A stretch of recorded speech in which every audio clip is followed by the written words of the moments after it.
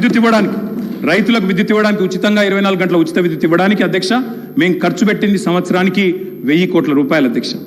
మొత్తంగా చూసినట్టయితే అధ్యక్ష 12,000 కోట్ల అధ్యక్ష. సంవత్సరానికి 1000 కోట్లు, 10 ఏళ్లలో దాదాపు 12,000 కోట్లు ఖర్చు పెట్టినాం అధ్యక్ష.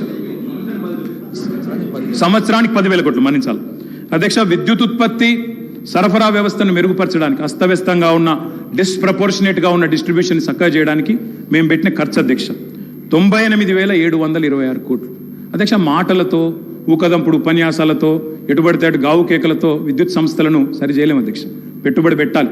పెట్టుబడి ఉత్పాదక రంగంలో పెడితే దాన్ని పెట్టుబడిగా చూడాలి తప్ప అప్పు అని మాట్లాడడం అనేది శుద్ధ తప్పు అధ్యక్ష.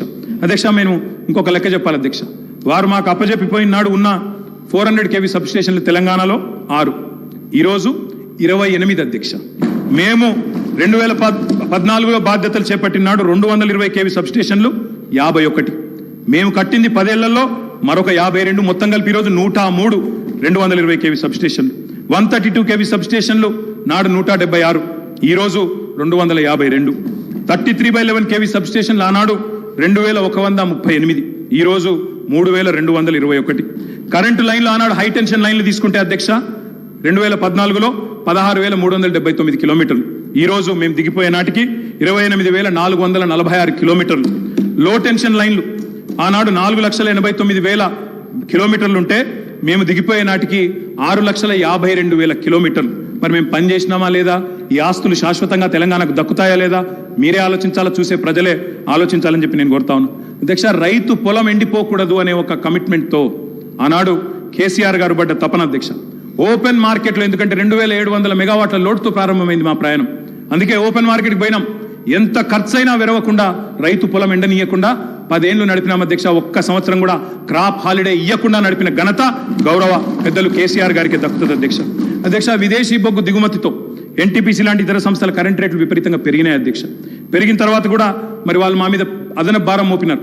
12,718 కోట్ల ట్రూ అప్ ఛార్జీలు మా మీద వేయబోతే ఆ ట్రూ అప్ ఛార్జీలు కూడా వినియోగదారుల మీద, రైతుల మీద, మహిళల మీద, గృహాల మీద వేయకుండా మొత్తం కూడా భరించింది ఆనాడు తెలంగాణ ప్రభుత్వం అధ్యక్ష. 12,718 కోట్ల అదనపు భారాన్ని కూడా మోసినాం. ఇవాళ అప్పులు మాత్రమే చెప్పి ఆస్తుల గురించి చెప్పకుండా తప్పించుకుంటామంటే కుదరదు అధ్యక్ష. నేను అడుగుతా ఉన్నా అధ్యక్ష, ఈ ప్రభుత్వాన్ని మాకు దృఢమైన చిత్తం ఉంది. మోటార్లకు మీటర్లు పెట్టం అని తెగేసి చెప్పినాం. అదనంగా 25,000-30,000 కోట్లు నష్టం వస్తున్నా తెగేసి గట్టిగా నిలబడ్డం. రైతులకు అన్యాయం చేయమని చెప్పినాం. ఈ ప్రభుత్వం ఆ మాట మీద నిలబెడుతుందా లేదా మోటార్లకు మీటర్లు పెడుతుందా చెప్పాలని చెప్పి కూడా నేను గౌరవ ముఖ్యమంత్రి గారిని కోరుతా ఉన్నా.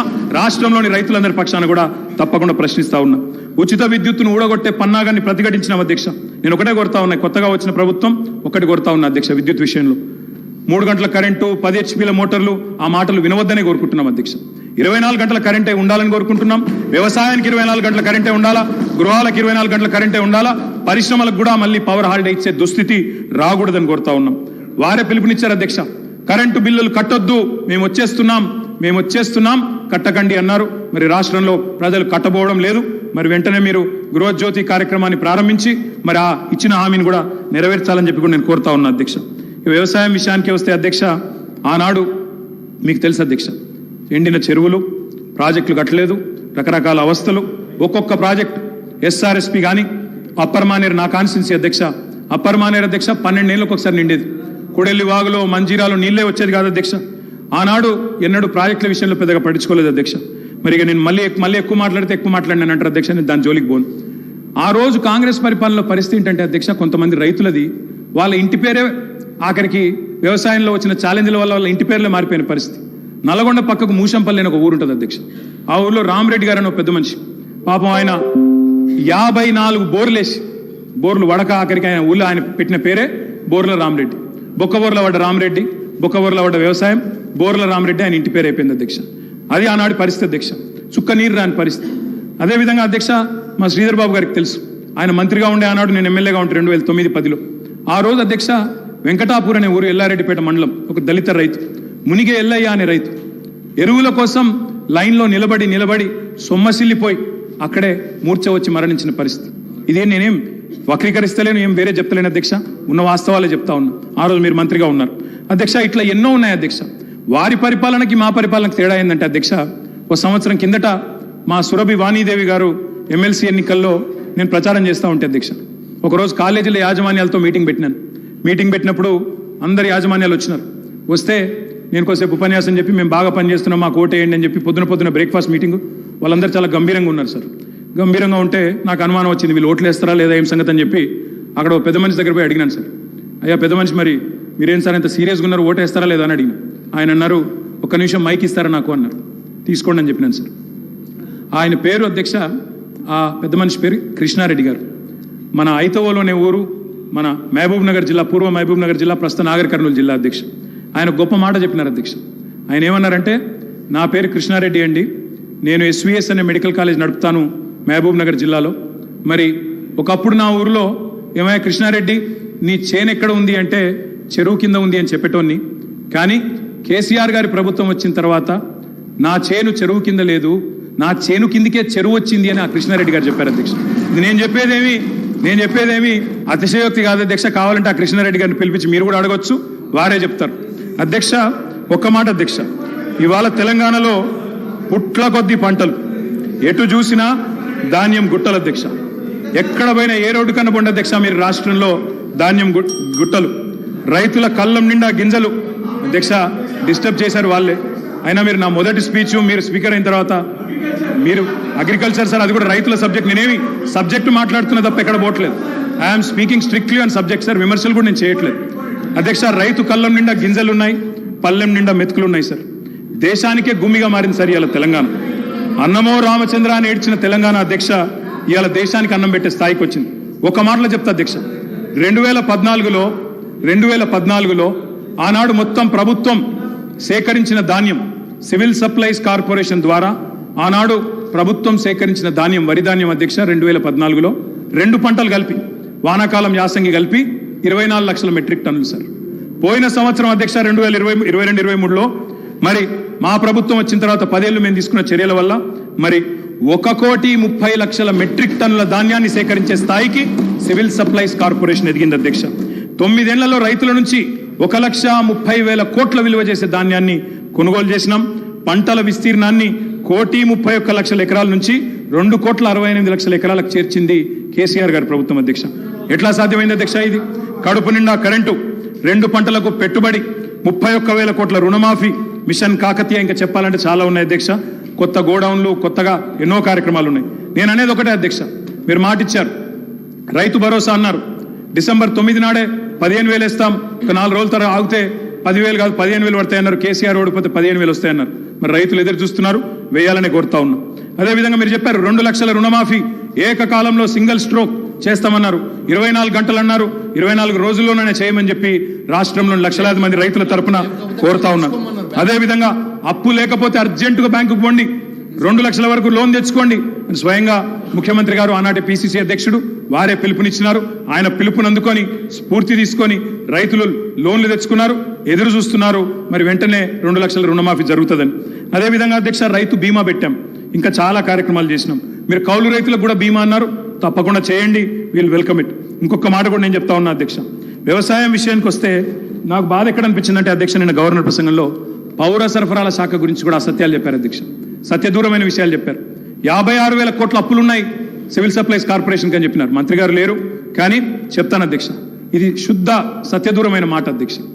పౌర సరఫరాల శాఖ యొక్క విధి ఏంది అధ్యక్ష? రైతుల దగ్గర ధాన్యం కొనాలి, ఎఫ్సిఐకి మిల్లింగ్ చేసి అమ్మాలి. ఈరోజు పరిస్థితి ఏంటంటే అధ్యక్ష, నేను కూడా లెక్కలు తీసుకున్నాను. పౌర సరఫరాల శాఖ దగ్గర ప్రస్తుతం ఉన్న స్టాకుల విలువ దాదాపు 30,000 కోట్ల విలువ చేసే స్టాకులు ఇవాళ పౌర సరఫరాల శాఖ దగ్గర ఉన్నాయి. రిసీవబుల్స్ అంటే కేంద్రానికి మనం ఆల్రెడీ ఇచ్చిన ధాన్యానికి విరుద్ధంగా మనకు రావాల్సిన డబ్బుల అధ్యక్ష దాదాపు 17,000 కోట్లు ఉన్నాయి.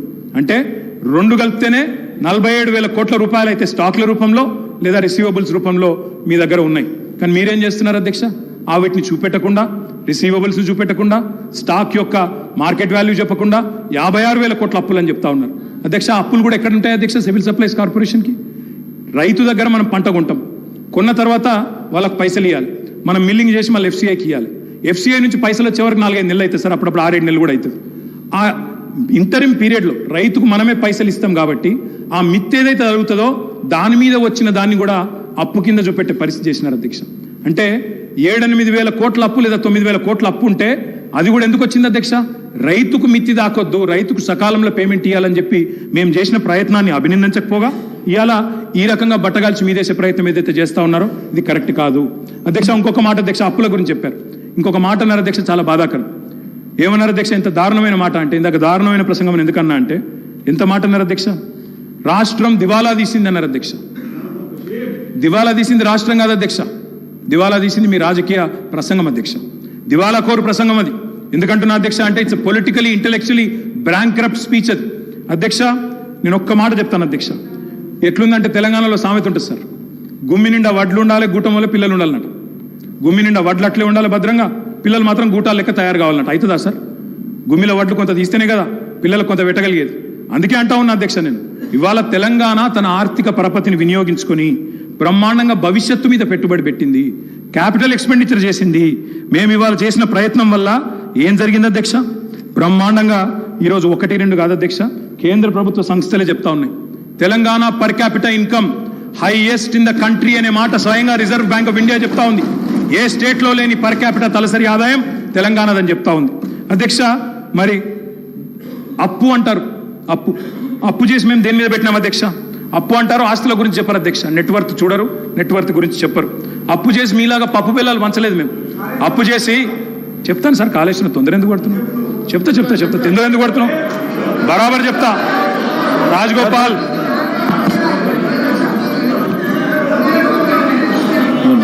One second sir. అధ్యక్ష గౌరవ సభ్యులు కేటీఆర్ గారు దాదాపు 60 నిమిషాల నుంచి సుదీర్ఘంగా సరే మా దగ్గర మొత్తం ఉంది సార్. ఈరోజు మా కాంగ్రెస్ పార్టీకి సంబంధించిన గౌరవ సభ్యులు రామ్మోహన్ రెడ్డి గారు 35 నిమిషాలు మాట్లాడటం జరిగింది. వివేక్ గారు 15 నిమిషాలు మాట్లాడారు.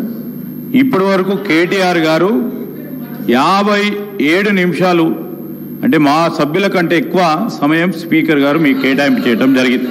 నేను కోరుతా ఉన్నాను స్పీకర్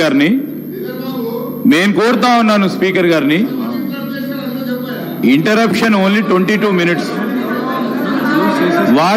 వారు పూర్తి స్థాయిలో ఇంటరప్షన్ టైం తీసే మాట్లాడుతా ఉన్నాను sir. I would like to request honorable member to conclude, sir. There are other members to take part in this discussion. I would like to request honorable member to conclude.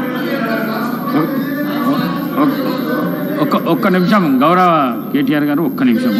ఒక చిన్న announcement ఉంది.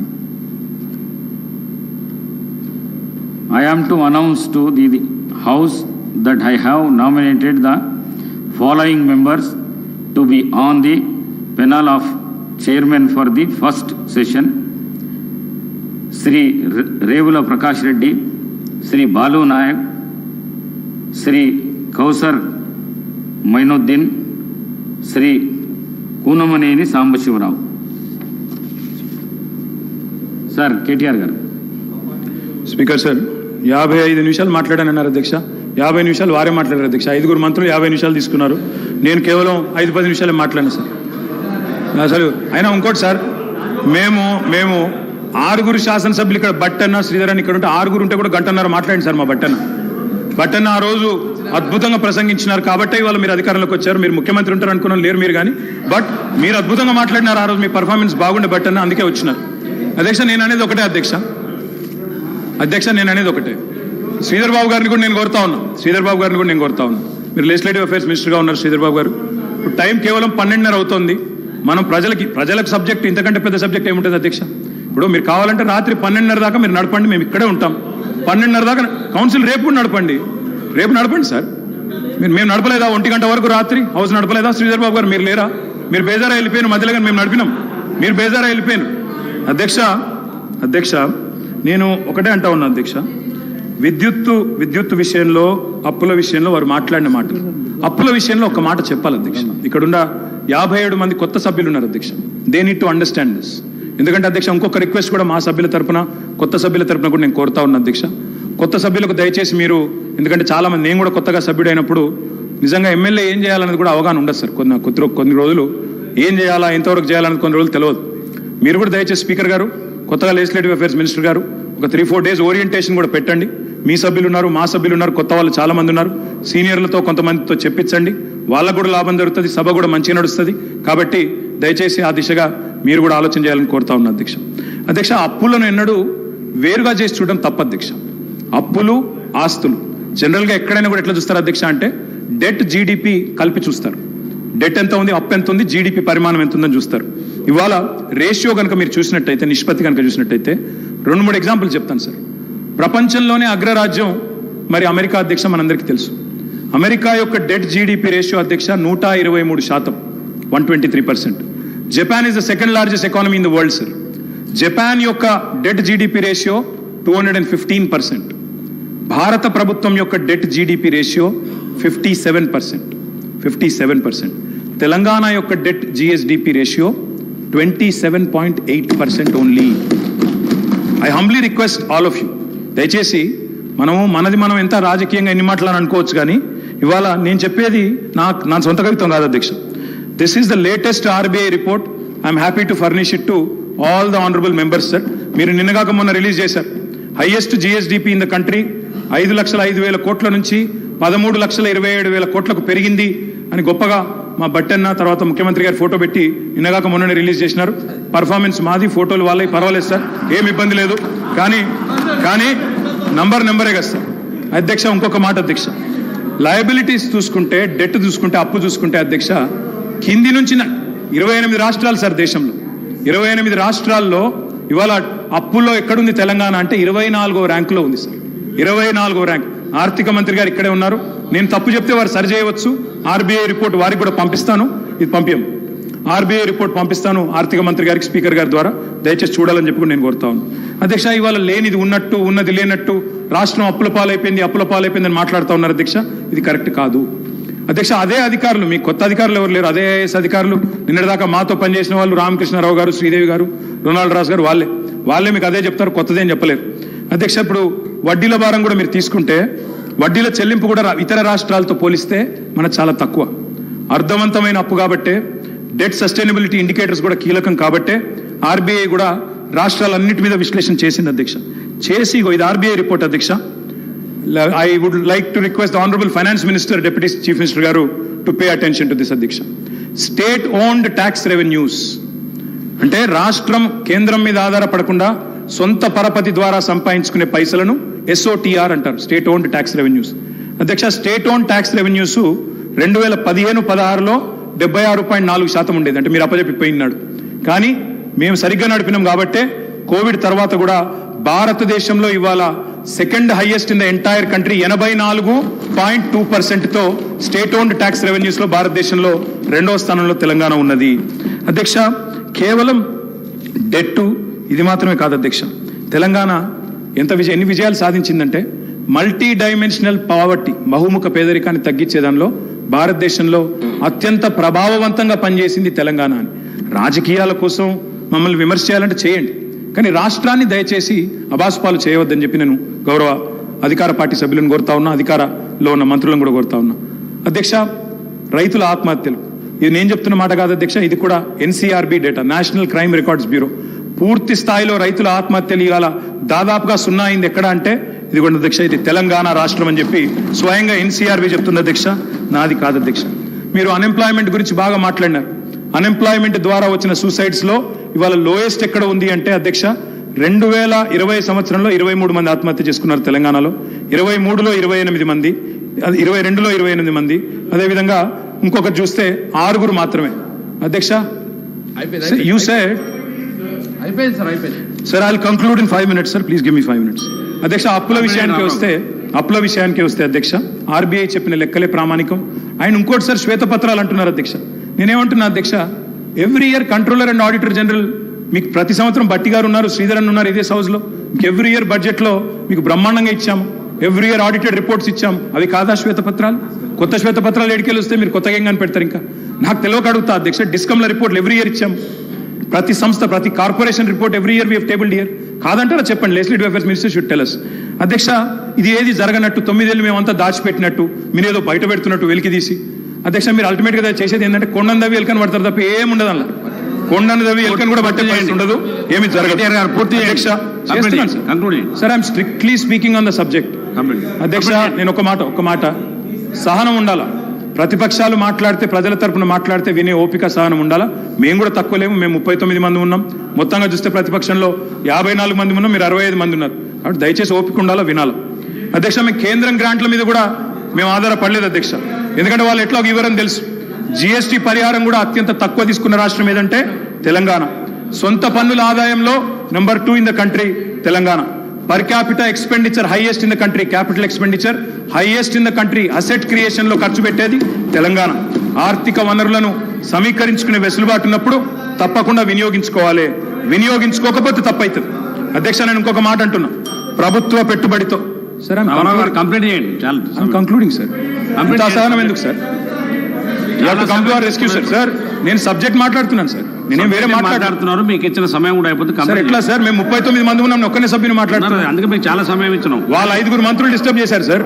ఏం పద్ధతి sir? ఆ disturbance subject కూడా కానీ complete చేయండి sir. మీ ఇష్టం సార్, కూర్చోమంటే కూర్చుంటాను సార్, మానేమంటే మానేస్తాం, వెళ్ళిపోమంటే వెళ్ళిపోతాం సార్ బయటికి. కంక్లూడ్ చేయండి.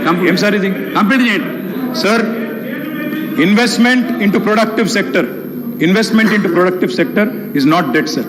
అధ్యక్ష, ఒక్క మాటలో చెప్పాలంటే ఏం క్రియేట్ చేశారు అసెట్స్, ఏం క్రియేట్ చేశారు అధ్యక్ష? మీరు కూర్చున్న కొత్త సచివాలయం కట్టిందే కేసీఆర్ గారు, మీరు పేరు మార్చిన ప్రగతి భవన్ కట్టిందే కేసీఆర్ గారు, ప్రతి జిల్లాలో కొత్త జిల్లాలో కొలువు తీరిన కలెక్టరేట్లు కేసీఆర్ గారు కట్టిందే, కమాండ్ కంట్రోల్ సెంటర్లు కట్టింది, కేబుల్ బ్రిడ్జ్లు, కొత్త రోడ్లు, ఫ్లైఓవర్లు, అండర్ పాస్లు హైదరాబాద్లో మీరు తిరుగుతున్నాయి.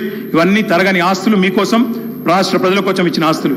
యాదాద్రి ఆలయం నుంచి మొదలు పెడితే అంబేద్కర్ సచివాలయం దాకా మొత్తం కట్టిందే కేసీఆర్ గారి ప్రభుత్వం.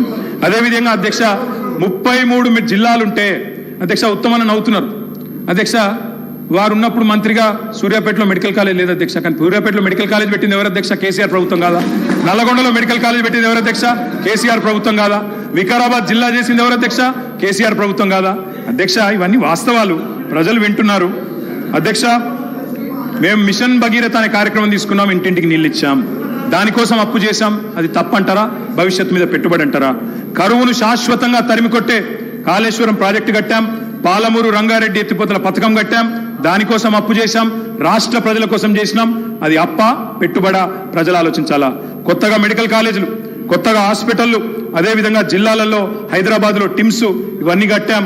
ఇవి అప్పు చేసి కడితే ప్రజలకు శాశ్వత ఇన్ఫ్రాస్ట్రక్చర్ క్రియేట్ చేస్తే అది తప్ప మంచిదా? ప్రజలు ఆలోచించాలి. 24 గంటల కరెంట్ ఇవ్వడానికి, కరెంటు వెలుగుల కోసం, వెలుగు జిలుగుల తెలంగాణ ఉండాలని చెప్పి విద్యుత్ ఉత్పత్తి కేంద్రాలు కట్టాం, దానికి అప్పు చేశాం. క్యాపిటల్ ఎక్స్పెండిచర్ మీద పెట్టాం చెప్ప ఇంకోటి చేయలేదు అధ్యక్ష. ఇంకొక మాట, ఎందుకంటే వారు అక్కడ ఉన్నారు, కేంద్రంలో కూడా వాళ్ళకి పార్లమెంట్ సభ్యులు ఉన్నారు అధ్యక్ష. కేంద్ర ప్రభుత్వం మాత్రం చాలా దుర్మార్గంగా వ్యవహరిస్తుంది. We will also work with you, మేము will come to your rescue, మీతో కలిసి పనిచేస్తాం. కేంద్రంలో ఉండే బీజేపీ ప్రభుత్వం ఈరోజు తన అప్పులు నియంత్రించుకోవడం చేతగాక వారికి అనుకూలంగా మాట్లాడుతున్నా సార్. అదన్న వినండి సార్, కంక్లూడ్ చేస్తున్నా సార్. వారికి అనుకూలంగా అరే కేంద్రం వాళ్ళ మీద కత్తి కడుతుంది, వాళ్ళకి ఇబ్బంది అవుతుందని చెప్తున్నా సార్. నేనేమంటున్నా sir, we'll come to their rescue sir. But అన్న మీకోసమే చెప్తున్నా, మీకు ఇంకా తెలియదు ఆ విషయం. అధ్యక్ష, కొత్తగా వచ్చిన సభ్యులు కొంతమంది తొందరపాటులో ఉన్నారు అధ్యక్ష. ఇంకా చెప్పాలంటే ఇంకా చాలా ఉంది అధ్యక్ష, కానీ నేను 2-3 విషయాలు చెప్పి ముగిస్తాను అధ్యక్ష. హెల్త్ గురించి మాట్లాడారు. ఎవరి హయాంలో అధ్యక్ష? నేను బోను బిడ్డో సర్కారు దవాఖానకని పాటలు రాసింది మీ హయాంలో కదా. ఇవాళ తెలంగాణ ప్రభుత్వం వచ్చిన తర్వాత ఎక్కడి నుంచి ఎక్కడికి వచ్చినాం అధ్యక్ష? 10 ఏళ్లలో ఏమేం చేసినాం అధ్యక్ష? తలసరి ఆరోగ్య బడ్జెట్ ఆనాడు 925 కోట్లుంటే మేము దాన్ని 3,532 కోట్లు చేసినాం. ఆసుపత్రి పడకలు ఆనాడు 17,000 ఉంటే మా ప్రభుత్వం వచ్చిన తర్వాత 34,000 చేసినాం. ఆక్సిజన్ పడకలు 1,400 ఉంటే మొత్తం 100% బెడ్స్ కి 34,000 బెడ్స్ కి పూర్తి స్థాయిలో ఆక్సిజన్ అందజేసినాం. మొత్తం ఆనాడు 2014 వరకు మెడికల్ కాలేజీలు ఉన్నాయే 5 అధ్యక్ష, 5 గవర్నమెంట్ సెక్టర్లో. ఈ రోజు అధ్యక్ష మొత్తం 33 జిల్లాల్లో 33 మెడికల్ కళాశాలలు ఇచ్చిన ఘనత కేసీఆర్ గారి ప్రభుత్వం అందా కాదా? ఒక్కసారి గుండె మీద చేసుకుని ఆలోచించాలి అధ్యక్ష. నర్సింగ్ కళాశాలల అధ్యక్ష 5 ఉండేది, ఈరోజు 26 అయినాయి. MBBS seat, I'm only speaking subject sir. Subject కానీ అమరావు గారు చాలా సమయం sir. I'm purely speaking subject. Sir complete చేయండి sir. I'm concluding sir. MBBS సీట్లు 2,850 ఉండేది, ఇక్కడ సభలో 15-16 మంది డాక్టర్లు ఉన్నారు సార్. అదేవిధంగా 8,515కు తీసుకొని పోయినాం. పోస్ట్ గ్రాడ్యుయేట్ సీట్లు 1,183 ఉండే 2,890 చేర్చినాం. అదేవిధంగా ప్రభుత్వ ఎంబీబీఎస్ సీట్లు 850 ఉంటే 3690 సీట్లకు చేర్చుకొని పోయినాం. దానివల్ల ఎస్సీల్లో, ఎస్టీల్లో, బీసీల్లో, మైనారిటీలో ఉన్న పిల్లలకి ఇవాళ ప్రభుత్వ మెడికల్ కళాశాలల్లో అడ్మిషన్లు దొరికే పరిస్థితి. అధ్యక్ష, నీతి ఆయోగ్ హెల్త్ ఇండెక్స్ లో మీరు మాకు వదిలిపెట్టిపోయినాడు తెలంగాణ ర్యాంకు 11వ స్థానం. మరి ఈరోజు Telangana is rank number 3 in the country after Kerala and Tamil Nadu. ఇది వాస్తవమా కాదా? నీతి ఆయోగ్ రిపోర్ట్ తెప్పించుకొని కంక్లూడింగ్ సార్. అధ్యక్ష, వీళ్ళున్నాడు కంక్లూడ్ చేస్తున్నాను సార్. డయాలసిస్ పేషెంట్లకు ఆనాడు వీళ్ళెన్నడూ పెన్షన్ ఇవ్వలేదు, ఎన్నడూ పట్టించుకోలేదు, ట్రీట్మెంట్ కూడా ఇవ్వలేదు. అధ్యక్ష, ఆనాడు డయాలసిస్ కేంద్రాలు లేవు రాష్ట్రంలో. 3 డయాలసిస్ కేంద్రాల నుండే ఈరోజు 103 చేసినాం. అమ్మ ఒడి వాహనాలు 0, ఈరోజు 300 చేసినాం. బస్తీ దవాఖానాలు 0, 370 పెట్టాం. వరంగల్లో హెల్త్ మినిస్టర్ గారు పోయి ప్రారంభించవచ్చు. వరంగల్లో రెడీ అవుతా ఉంది సార్. 24 స్టోరీస్ లో 1100 కోట్ల రూపాయలతో బ్రహ్మాండంగా Telangana's largest hospital is in Warangal. మా దామాన్ని ఓపెన్ చేయాలని చెప్పి నేను మనస్ఫూర్తిగా కోరుతా ఉన్నాను సార్. అధ్యక్ష, అదేవిధంగా అధ్యక్ష, జిల్లాకు ఒక మెడికల్ కాలేజ్, నిమ్స్ విస్తరణ, టిమ్స్ హాస్పిటల్స్, 370 బస్తీ దవాఖానాలు, మహిళల కోసం ప్రత్యేకంగా ఇవన్నీ ఉన్నాయి సార్. ఇంకా ఇన్స్టిట్యూషనల్ డెలివరీస్ సార్. మీది దేవరకొండ, మీది తమరిది దేవరకొండ. దేవరకొండలో ఒకనాడున్న పరిస్థితి ఏంటి సార్, ఇవాళ ఉన్న పరిస్థితి ఏంటి సార్? ఒకనాడు పసిపిల్లల అమ్మకాలను చదివేది, ఇవాళ మాతా శిశు మరణాలు తగ్గినాయి సార్. మాతా శిశు మరణాలు ఎట్లా తగ్గినాయి సార్ అంటే ఇన్స్టిట్యూషనల్ డెలివరీస్ ప్రోత్సహించడం వల్ల. శిశు మరణాలు ఆనాడు 2014లో 1039 ఉంటే ఈరోజు 19 అయినాయి సార్. ప్రసూతి మరణాలు ఆనాడు 2014లో 91 ఉంటే ఈరోజు 40 అయినాయి. ఇన్స్టిట్యూషనల్ డెలివరీస్ బ్రహ్మాండంగా పెరిగినాయి. ఇంకా చెప్పాలంటే చాలా ఉంది అధ్యక్ష. నేను ముగిస్తా ఉన్నాను అధ్యక్ష. ముగించే ముందు నేను ఈ ప్రభుత్వానికి చెప్పేది ఒకటే అధ్యక్ష. అధ్యక్ష, మీరు కూడా మాలాగా ప్రగతిశీలమైన అభ్యుదయమైన ఆలోచనలతో ముందుకొస్తే తప్పకుండా నిర్మాణాత్మకమైన ప్రతిపక్షంగా తప్పకుండా వెల్కమ్ చెప్తాం అధ్యక్ష. కానీ తిరోగమన నిర్ణయాలు తీసుకుంటే మాత్రం ప్రజల పక్షాన నిలదీస్తాం. మేము హైదరాబాద్ ఫార్మా సిటీని కట్టాలి. హైదరాబాద్కున్న ఒక ప్రత్యేకత, మరి లక్షలాది మందికి 40% ఇవాళ ఫార్మస్యూటికల్స్ ఉత్పత్తి చేసే నగరం హైదరాబాద్. వ్యాక్సిన్లకు ప్రపంచంలోనే రాజధాని హైదరాబాద్. అట్లాంటి హైదరాబాద్లో మొత్తం కన్సాలిడేట్ చేసి ఒక సూపర్ పవర్గా హైదరాబాద్ను ఇంటర్నేషనల్ ఇంపార్టెన్స్ ఉన్న ప్రాజెక్ట్ అధ్యక్ష. నిన్ననే పేపర్లో చూశాను, ముఖ్యమంత్రి గారు రివ్యూ చేశారు, క్యాన్సిల్ చేశారు. కానీ ఆ రివ్యూలో పరిశ్రమల మంత్రి లేరు, పరిశ్రమల కార్యదర్శి లేరు.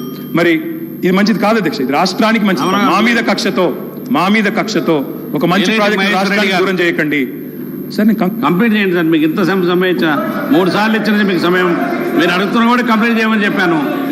ముగియండి, మీరు కంప్లీట్ చేయండి. Concluding sir. 1 minute sir. Subject అయింది సమయం. హైదరాబాద్ ఫార్మా సిటీ లాంటి జాతీయ అంతర్జాతీయ ప్రాముఖ్యత ఉన్న ఒక ప్రాజెక్టును రద్దు చేసే ముందు పునరాలోచించాలని చెప్పి నేను కోరుతా ఉన్నాను అధ్యక్ష. కట్టడము నిలబెట్టడమే మాకు తెలిసిన పని, పడగొట్టడం కులగొట్టడం మా పని కాదు, మేము చేయము. అధికారంలో నిర్మాణాత్మకంగా పనిచేసినాం, ప్రతిపక్షంలో చేస్తాం. మీ మేనిఫెస్టోను మీరు మర్చిపోయినా మేము మర్చిపోము, ప్రజల తరపున క్వశ్చన్ చేస్తాం. ప్రజా ప్రయోజనాల పరిరక్షణ కోసం ఖచ్చితంగా నిలబడతాం. మాది తెలంగాణ కోసమే పుట్టిన పార్టీ, తెలంగాణ కోసమే నిలబడే ఏకైక పార్టీ. అందుకే మేము చెప్తా ఉన్నా అధ్యక్ష, ప్రజాకవి కాళోజీ చెప్పారు. ముగిస్తున్నాను సార్. ప్రజాకవి కాళోజీ చెప్పారు సార్. ఏలేటి మహేశ్వర రెడ్డి గారు ముగియండి సార్. మరి కంక్లూడ్ చేయండి. మీరు ఎన్నిసార్లు సమయం ఇచ్చిన మీరు చెప్పండి. ముగియండి, ముగియండి, కంప్లీట్ చేయండి. తెలంగాణనే ప్రసంగం, తెలంగాణనే ఆశగా, శ్వాసగా, తెలంగాణ ప్రజల ప్రయోజనాలే పరమావిధిగా ప్రతిక్షణం పరితపించే పార్టీ మాది. పరపీడన వదిలించిన వాళ్ళం, పరాయి పెత్తనాన్ని సహించబోము. ఢిల్లీ నుంచో కర్ణాటక నుంచో రిమోట్లతో కంట్రోల్ చేయాలని చూస్తే ఊరుకోము. ప్రజాకవి కాళోజీ గారు చెప్పిన అయిపోయింది సార్. ఏలేటి మహేశ్వర రెడ్డి గారు, మీరు ఇంత సమయం అయితే మీరు రాజకీయ ప్రసంగం చేస్తున్నారు ఎట్లా సార్? మీకు ఎన్నిసార్లు సమయం ఇచ్చిన మీరు మళ్ళీ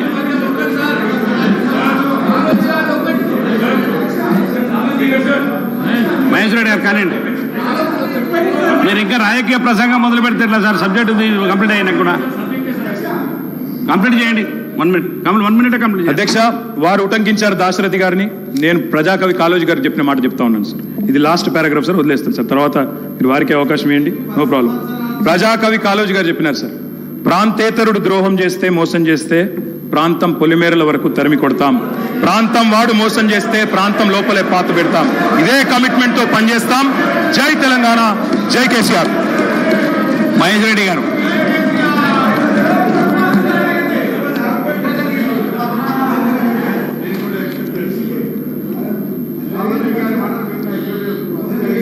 అధ్యక్ష, ఈరోజు ముందుగా కూర్చున్న సభ్యులు సభాపతి గారికి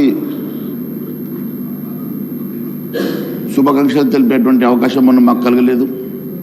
మరి ఇప్పుడు వారు చైర్ మీద కూడా లేరు. అయినా మీ ద్వారా వారికి నేను శుభాకాంక్షలు తెలియజేస్తా ఉన్నాను. ఒక మంచి మనిషి, స్నేహశీలి, గతంలో మాతో పనిచేసేటువంటి అనుభవం ఉన్నటువంటి వ్యక్తిగా, నాకు తెలిసినటువంటి వ్యక్తిగా వారికి నేను భారతీయ జనతా పార్టీ తరఫున ఆర్థిక శుభాభినందనలు, శుభాకాంక్షలు తెలియజేస్తూ ఉన్నాం. అదే మాదిరి ఈరోజు ముఖ్యమంత్రి గారు కూడా సభలో లేరు, బహుశా చూస్తున్నారేమో ఛాంబర్ నుంచి. వారికి కూడా వారు ప్రమాణ స్వీకారం చేసిన తర్వాత వారికి శుభాకాంక్షలు తెలిపేటువంటి అవకాశం కలగలేదు. ఆ రోజు మేము ఊర్లో లేని కారణంగా మరి ఈరోజు మీ ద్వారా వారు మిత్రులు గౌరవనీయులు రేవంత్ రెడ్డి గారు ముఖ్యమంత్రిగా ప్రమాణ స్వీకారం చేసి సభాధ్యక్షుడు ఎన్నికైనందుకు కూడా వారికి కూడా భారతీయ జనతా పార్టీ తరఫున శుభాకాంక్షలు తెలియజేస్తా ఉన్నాను. మిత్రుల అధ్యక్ష, నిన్న జరిగినటువంటి గవర్నర్ గారి ప్రసంగం కేవలం కాంగ్రెస్ పార్టీ మేనిఫెస్టో చదివినట్టుగానే ఉన్నది. హామీలు వారు చదివారు కానీ దాని ఇంప్లిమెంటేషన్ కానీ కార్యాచరణ కానీ ఏమి చెప్పకపోవడం కొంచెం బాధాకరంగా ఉన్నది. కార్యాచరణ చెప్పి ఉంటే బాగుండేదని చెప్పి మేము భావిస్తూ ఉన్నాం. కేవలం మేనిఫెస్టోకు చట్టబద్ధత లేకుంటే ఆ మేనిఫెస్టోకు విలువ ఉండదు. చట్టబద్ధత కోసం ముఖ్యమంత్రి గారు సంతకం చేశారు. బహుశా అధికారులు దాని మీద కసరత్తు చేస్తున్నారేమో.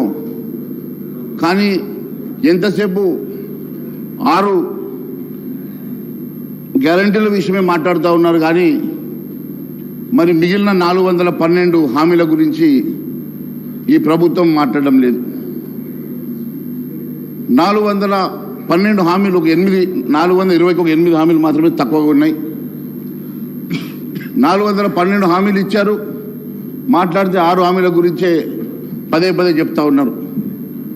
మరి చట్టబద్ధత ఎప్పటికల్లా చేస్తారు? మరి ఈ సభలోనే చట్టబద్ధత తీసుకొస్తే బాగుంటుందని చెప్పి మేము భావిస్తూ ఉన్నాం. కేవలం ఈ సెషన్లోనే దాన్ని పెట్టి ఆమోదించాలని చెప్పి మేము కోరుతా ఉన్నాం. ప్రజావాణి పరిష్కార వేదిక కావాలి కానీ కేవలం పబ్లిసిటీ షో కోసం కాదని చెప్పి మేము తెలియజేస్తూ ఉన్నాం. ప్రజావాణి పేరు మీద కేవలం పబ్లిసిటీ చేసుకోవాలని ప్రయత్నం చేస్తే భారతీయ జనతా పార్టీ తరఫున ఊరుకునే సమస్య లేదు. మీరు పదే పదే ప్రజల తమ కష్టాలు, సమస్యలు, బాధలు, ఆవేదనలు చెప్పుకునేందుకు ప్రజావాణి కార్యక్రమాన్ని ఆర్భాటంగా మొదలుపెట్టినామని చెప్పుకున్నటువంటి ముఖ్యమంత్రి గారు సీఎం క్యాంప్ ఆఫీసులో ప్రజా దర్బారుని ప్రతిరోజు నడిపిస్తారని చెప్పుకున్నారు. ప్రతిరోజు దర్బారు నడిపిస్తామని చెప్పి ఈరోజు కేవలం వారానికి 2 రోజులు మాత్రమే మరి ప్రజా దర్బారు అని చెప్పి మళ్ళీ మాట మార్చారు. ప్రతిరోజు నడిపిస్తామని చెప్పారు. మరి అదే ప్రజావాణి ఈరోజు నడుస్తున్నటువంటి 2 రోజుల ప్రజావాణి రేపు మరి సీఎం గారు కొత్త క్యాంప్ ఆఫీసులో వేరుగా పెడతారా, లేక ఇదే ప్రజావాణిని వారు నడిపిస్తారా? మరి ఈ ప్రజావాణి నడిపిస్తే మరి ముఖ్యమంత్రి గారు వారి మంత్రివర్యులందరూ కూడా రోజు కూర్చొని అర్జీలు తీసుకుంటారా? అధికారులతో సహా కూర్చొని వెంటనే పరిష్కారం చేస్తారా? దాని మీద కూడా మరి ప్రజలకు స్పష్టత ఇవ్వాల్సినటువంటి అవసరం ఉందని తెలియజేస్తా ఉన్నాను. ఇప్పుడు రూపొందించిన కార్యక్రమం వారం రోజులకు బదులుగా 2 రోజులు అనడం నిజంగా ప్రజల్ని తప్పుదో పట్టించడంగానే మేము భావిస్తూ ఉన్నాం. మా ఎమ్మెల్యేలందరూ నియోజకవర్గాల్లో ప్రతిరోజు ప్రజా దర్బారులో ఉంటారని చెప్పారు. ఇప్పటికీ కూడా అవి ఎక్కడ కూడా మొదలైన దాఖలాలు కనబడడం లేదు. మహేష్ రెడ్డి గారు ప్రగతి భవన్ పేరుకే గవర్నర్ ధన్యవాదాలు. దాని మీద ఇవన్నీ అదే మాట్లాడుతున్నానండి. గవర్నర్ ప్రసంగంలో మాట్లాడిన అధ్యక్ష గవర్నర్ ప్రసంగంలో మాట్లాడించిన నేను చెప్తా ఉన్నాను. సబ్జెక్ట్ ప్రగతి భవన్ ప్రజాభవన్గా మారింది, ప్రజల వినియోగంకి మాత్రం రాలేదు. ఈరోజు ప్రగతి భవన్లో మీరు గతంలో ముఖ్యమంత్రి గారు చెప్పినట్టుగా ప్రగతి భవన్ హాస్పిటల్గా మారుస్తామన్నారు. అదే మాదిరిగా ప్రగతి భవన్ని స్టడీ సర్కిల్ చేస్తాము, అక్కడి నుంచి ఐఏఎస్ ఐపీఎస్ ఆఫీసర్ ప్రొడ్యూస్ చేస్తాము, అక్కడి నుంచి విద్యావంతులు ప్రొడ్యూస్ చేస్తాము, భారతదేశానికి వన్న తెచ్చేటువంటి వాళ్ళను ప్రొడ్యూస్ చేస్తామని చెప్పి ఆ రోజు మరి పిసిసి అధ్యక్షుడు ఉన్నటువంటి ఈరోజు ముఖ్యమంత్రి గారు చెప్పారు. మరి దాన్ని ప్రగతి భవన్ని ఈరోజు ప్రజా దర్బార్గా ఒకసారి మారుస్తే మరి ఉప ముఖ్యమంత్రి గారి రెసిడెన్స్గా కూడా ఒక భవనాన్ని ఇచ్చారు. మరి మీరు ఇచ్చినటువంటి హాస్పిటల్, మీరు హామీ ఇచ్చినటువంటి హాస్పిటల్ కానీ, మీరు హామీ ఇచ్చినటువంటి మరి స్టడీ సర్కిల్ కానీ మరి ఎక్కడ కూడా కనబడతలేదు. మరి దాని విషయంలో కూడా ప్రజలు స్పష్టత కావాలని కోరుకుంటా ఉన్నారు. అదే మాదిరిగా కేసీఆర్ సర్కారు చేసినటువంటి అప్పుల కుప్పల గురించి గవర్నర్ గారు ప్రసంగంలో మీరు మాట్లాడారు, ప్రసంగంలో చెప్పారు. మరి మీరు ఇంకా అదనంగా అప్పులు చేద్దామన్నా, లేకుంటే ఈ అప్పులు చూయించి, ఈ అప్పుల కుప్పల్ని చూయించేసి ఇచ్చిన హామీల్ని తప్పించుకోవాలని ప్రయత్నం చేస్తే ప్రజలు ఊరుకునే సమస్య లేదని చెప్పి తెలియజేస్తా ఉన్నాను. ఇది అప్పులను సాగుగా చూపించేసి ఇచ్చినటువంటి హామీల్ని నెరవేర్చకుండా తప్పించుకుంటే ప్రజలు ఊరుకోరని చెప్పి కూడా తెలియజేస్తా ఉన్నాను. రాష్ట్ర పరిస్థితి దుర్భరంగా ఉందని, రాష్ట్ర సర్కారు దాదాపు 5 లక్షల కోట్ల రూపాయలు అప్పు ఉందని చెప్పేసి పదే చెప్తా ఉన్నారు. రాష్ట్ర పరిస్థితి దయనీయంగా ఉన్న సంగతి, అప్పుల సంగతి ప్రజలకు మనందరికీ తెలిసిన సంగతి. కానీ దాన్ని అడ్డం పెట్టేసుకొని హామీలను విస్మరిస్తే మాత్రం భారతీయ జనతా పార్టీ ఊరుకున్న సమస్య లేదని చెప్పి తెలియజేస్తా ఉన్నాను. కాంగ్రెస్ వన్నీ అలాగే కానీ హామీలు ఎన్నో ఉచిత హామీలు ఇచ్చి, ఎన్నో భారీ హామీలు ఇచ్చినా కూడా కాంగ్రెస్ పార్టీకి వచ్చింది కేవలం పోటాపోటీ మెజార్టీ మాత్రమే. మ్యాజిక్ ఫిగర్కి కేవలం 4 మాత్రమే ఎక్కువగా వచ్చాయి. ఇన్ని రకాలుగా హామీలు ఇచ్చినా ప్రజలు మాత్రం వారికి పెద్ద పట్టం కట్టలేదు. కేవలం మార్జిన్ మ్యాజిక్ ఫిగర్ దగ్గరలోనే మాత్రం ఇచ్చారు. అంటే ఖచ్చితంగా వీరందరూ కూడా ఇచ్చిన హామీలను స్వయంగా పిసిసి అధ్యక్షుడు రేవంత్ రెడ్డి గారు కూడా ఒక స్థానంలో ఓడిపోయారంటే, గతంలో ఎన్నడూ కూడా ముఖ్యమంత్రి ఓడిపోయి ముఖ్యమంత్రి అయినటువంటి సందర్భాలు గతంలో ఈ రాష్ట్రంలో లేవు. ప్రజలు ఒకవైపు పట్టం కడుతూనే మరోవైపు వాద పెట్టారు. కాబట్టి గమనించాల్సిందిగా నేను కోరుతా ఉన్నాను. రేవంత్ రెడ్డి గారు నిజంగా అదృష్టవంతుడు. ఒక స్థానంలో ఓడిపోయినా కూడా ఈరోజు ముఖ్యమంత్రి అయ్యాడు కాబట్టి ఖచ్చితంగా వారు ఇచ్చినటువంటి హామీని నెరవేరుస్తారన్న మాకు విశ్వాసం కొంతవరకు ఉన్నది. ఈరోజు పాలన అనుభవం ముఖ్యమంత్రి గారికి లేకపోయినా వారి మంత్రివర్యులు చాలామంది సీనియర్లు ఉన్నారు. సీనియర్ మంత్రివర్యుల తప్పకుండా వారి సలహాలు సూచనలు తీసుకుంటారని నేను భావిస్తా ఉన్నాను. వారికి అనుభవం లేకపోయినా ఎంతోమంది సీనియర్ మంత్రులందరూ కూడా వారికి అండగా ఉంటారు కాబట్టి వారి సూచనలు సలహాలు తీసుకొని ముందుకెళ్తారని చెప్పి మేము భావిస్తూ ఉన్నాం. వారు ఐపీఎస్ ఆఫీసర్ కాదు, లేక వారి మంత్రులు కానిస్టేబుల్ హోంగార్డులు కాదు. మహేశ్వర రెడ్డి గారు వాళ్ళందరూ కూడా మీరు సబ్జెక్ట్ సార్ నేను మాట్లాడేది సార్, వారు చెప్పిన మాటలు సార్ నేను డీవియేషన్ చేయడం లేదు. మీరు ముఖ్యమంత్రి గారి గురించి సార్ మీరు సబ్జెక్ట్ మాట్లాడండి. నేను సబ్జెక్ట్ మాట్లాడండి. మరి ఈరోజు ముఖ్యమంత్రి గారు అందరి సలహాలు సూచనలు తీసుకొని వారు ఈ రాష్ట్రాన్ని ముందుకు తీసుకెళ్తారని చెప్పి మేము భావిస్తూ ఉన్నాం. ఖచ్చితంగా గతంలో ఉన్నటువంటి దూకుడు తగ్గించుకొని వారి యొక్క సమయస్ఫూర్తితో ఈ రాష్ట్రాన్ని ముందుకు నడిపించి ఈ రాష్ట్రాన్ని కాపాడుతారని చెప్పి విశ్వాసాన్ని మేము వ్యక్తపరుస్తూ ఉన్నాం. కొత్త అప్పుల ద్వారా ఈ రాష్ట్రంలో పన్నుల భారాన్ని పెంచొద్దని, పన్నులు పెంచకుండానే హామీలు నెరవేర్చాలని చెప్పేసి మేము కోరుతా ఉన్నాం. దాదాపు 42 పేజీల 412 హామీలు నెరవేర్చడానికి ఖచ్చితంగా మీరు ముందుకు రావాలని మేము ఖచ్చితంగా భారతీయ జనతా పార్టీ కన్స్ట్రక్టివ్గా మీరు ఇచ్చేటువంటి మంచి పనులకు మేము మీ వెంట ఉంటాం, లేని పక్షంలో నిరోధిస్తామని చెప్పి కూడా సభాముఖంగా తెలియజేస్తా ఉన్నాం. అధ్యక్ష, ఆర్థిక పరిస్థితి పైన శ్వేతపత్రాలు ఇవ్వాల్సిందిగా కోరుతా ఉన్నాం. ఇందులో కాంగ్రెస్ కొత్తగా ప్రవేశపెట్టినటువంటి స్కీమ్స్కి అవసరమైనటువంటి నిధులు ఎన్ని అవసరం ఉంటాయో అవి చెప్పాల్సిందిగా శ్వేతపత్రం ఇవ్వాల్సిందిగా కోరుతా ఉన్నాం. కాంగ్రెస్ పార్టీ ఇచ్చిన హామీలు నెరవేర్చడానికి మరి కావాల్సినటువంటి నిధులు ఎంత కావాలా, దానికి కావాల్సిన అవసరాలకు ఏ రకంగా సమకూరుస్తారో మరి ప్రజలకు సభకు తెలియజేయాల్సిన అవసరం ఉందని తెలియజేస్తా ఉన్నాను. కాంగ్రెస్ హామీలు ఎంత మేరకు నిధులు అవసరం ఉందో, ఏ మార్గాల ద్వారా నిధులు తీసుకొస్తారో, ఏ రకంగా మరి అవన్నీ అంశాలు మేము బడ్జెట్ సమావేశంలో ఖచ్చితంగా మాట్లాడతాం. ఇప్పుడు మొన్ననే ప్రభుత్వం ఏర్పాటైంది, కనీసం 100 రోజులను సమయం ఇవ్వాల్సిందిగా మేము ఇవ్వాలని చెప్పి మేము ఈరోజు ఈ నిర్ణయం తీసుకొని మరి అంశంలో లోతుగా వెళ్లకుండా రేపు బడ్జెట్ సమావేశంలో ఈ అంశాలు మేము మాట్లాడతాం. ఇప్పుడు కనీసం 100 రోజులన్నా వారికి సమయం ఇచ్చిన తర్వాత మేము మాట్లాడిన అంశం మీద ఈరోజు మేము ఆ విషయాలు లోతుగా వెళ్ళడం లేదు.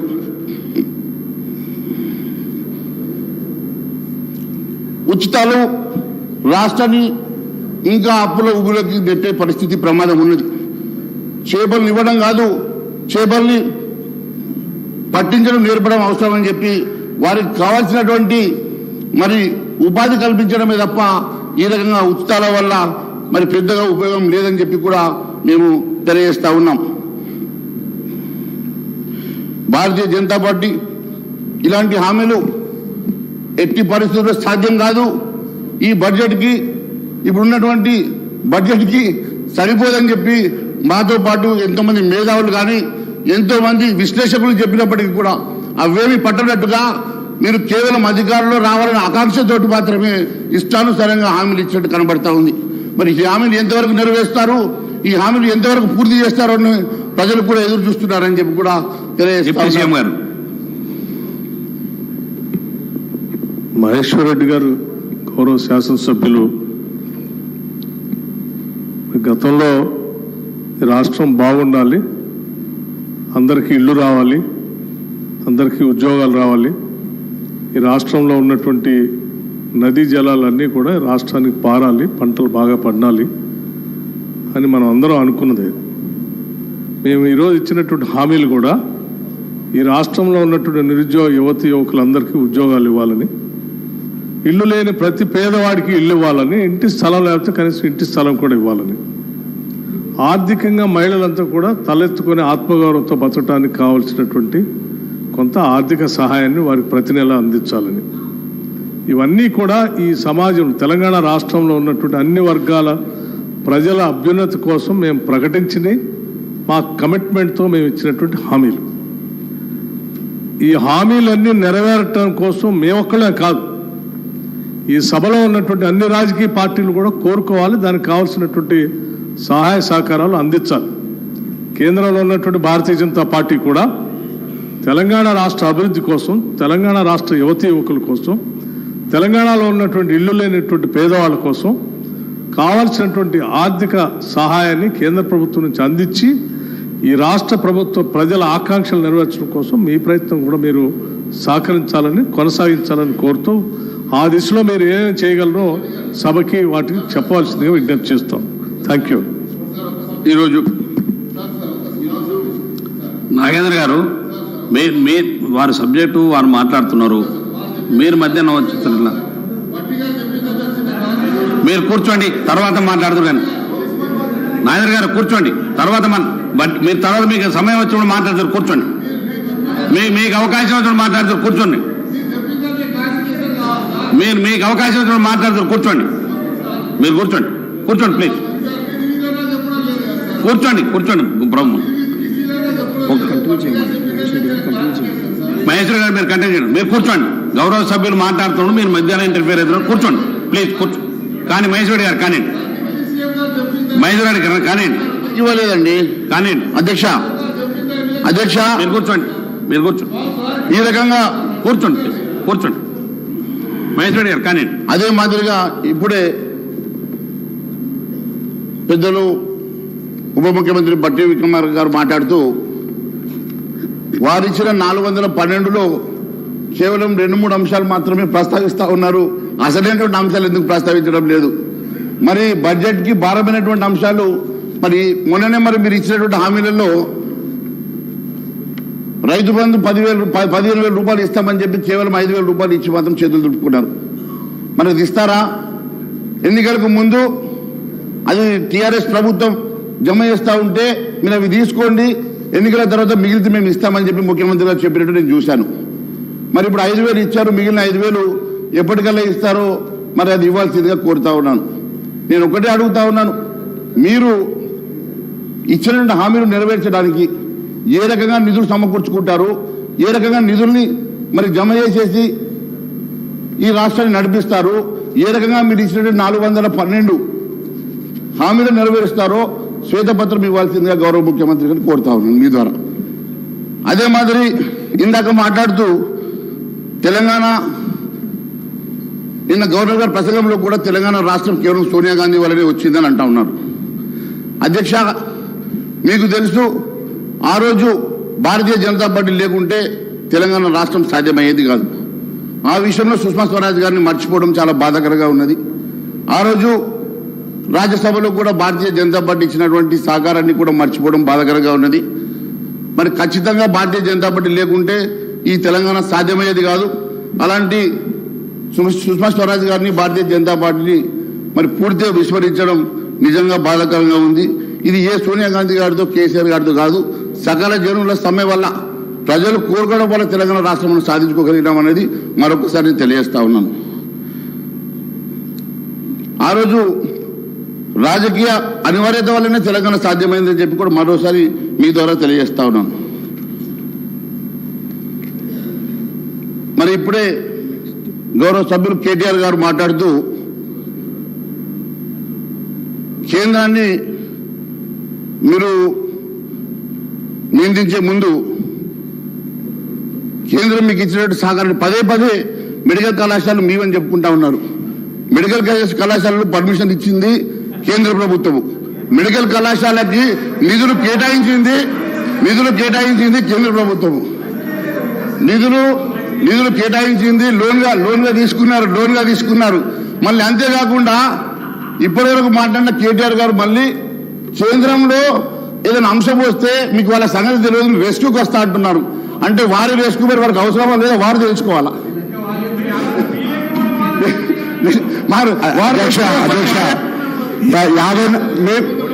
అధ్యక్ష మేము 65 మంది ఉన్నాం, మేము 54 మంది ఉన్నాం, వాళ్ళ కూడా కలుపుకొని చెప్తారు గౌరవ ప్రతిపక్ష నాయకులు.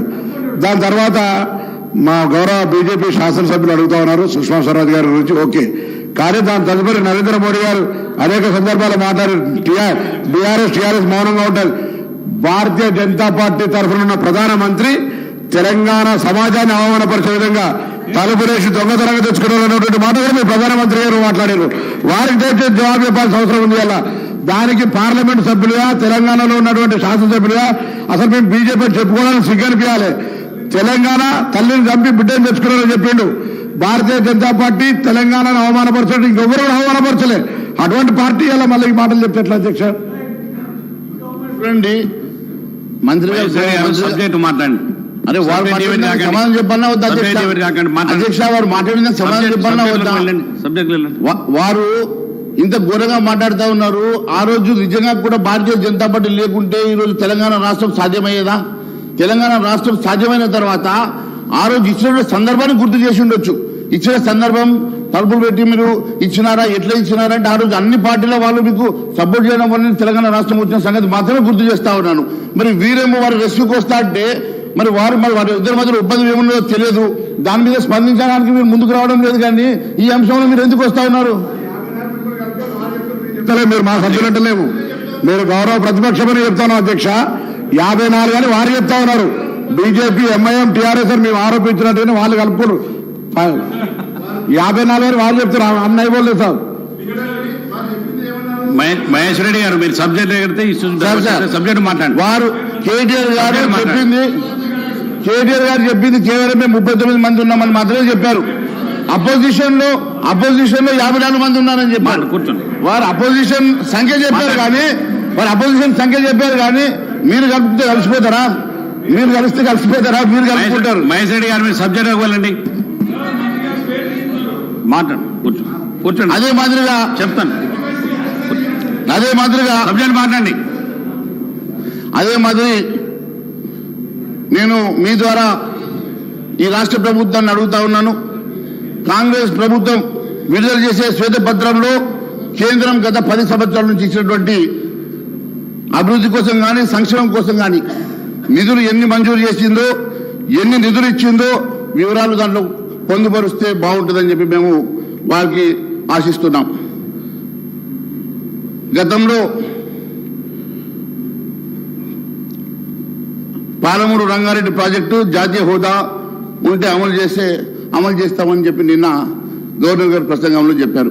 అధ్యక్ష, కాంగ్రెస్ పార్టీ వరంగల్ డిక్లరేషన్లో ప్రతి ఎకరాకు సాగునీరు అందేలా నిర్దిష్ట సమయంలో అది సంపూర్ణ ప్రాజెక్టును పూర్తి చేస్తామని హామీ ఇచ్చింది. కాంగ్రెస్ మేనిఫెస్టో అభయహస్తం పేజీ నంబర్ 8, ఆ తర్వాత 4వ చాప్టర్లో 3వ అంశమైన సాగునీటి పారుదల రంగం కాంగ్రెస్ మేనిఫెస్టో అభయహస్తం పేజీ నంబర్ 20లో పాలమూరు రంగారెడ్డి ప్రాజెక్టులు జాతీయ హోదాకై కృషి చేస్తామన్నారు.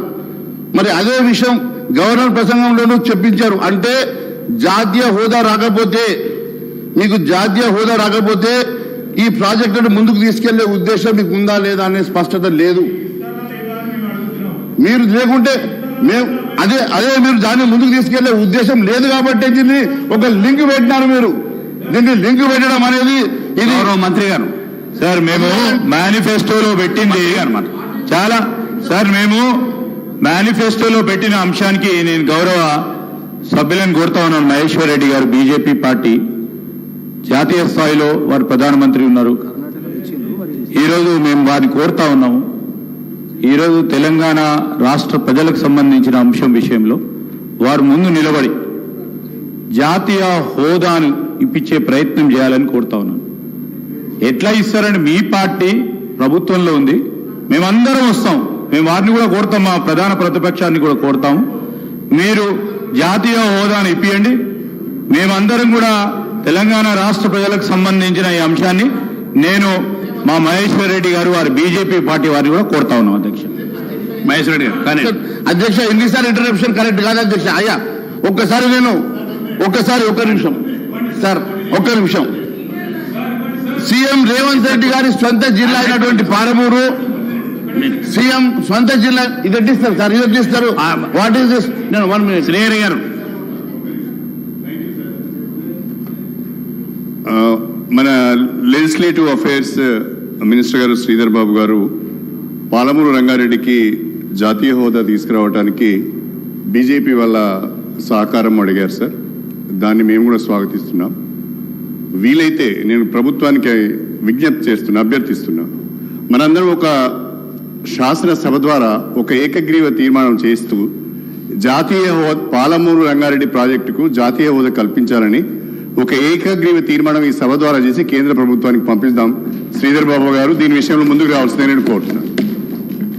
మహేశ్వర్ రెడ్డి గారు చూడండి, ఇప్పుడు రెస్క్యూకి వస్తామని చెప్పి రెస్క్యూకి వచ్చేసారు సార్. రెస్క్యూకి వచ్చేసారు. దీన్ని బట్టి చాలా స్పష్టంగా ఏర్పడుతూ ఉంది వీళ్ళ రిలేషన్షిప్ ఏందో. నేను ఒకటే అడుగుతా ఉన్నాను, గౌరవ ముఖ్యమంత్రి గారి సొంత జిల్లా పాలమూరు. అలాంటి సొంత జిల్లాలో కేవలం జాతీయ హోదా ఏ రకంగా వస్తుందో ఎంపీగా ఉన్నటువంటి రేవంత్ రెడ్డి గారికి, ఇరిగేషన్ మంత్రిగా ఉన్నటువంటి మా ఉత్తమ్ కుమార్ రెడ్డి గారికి బాగా తెలుసు.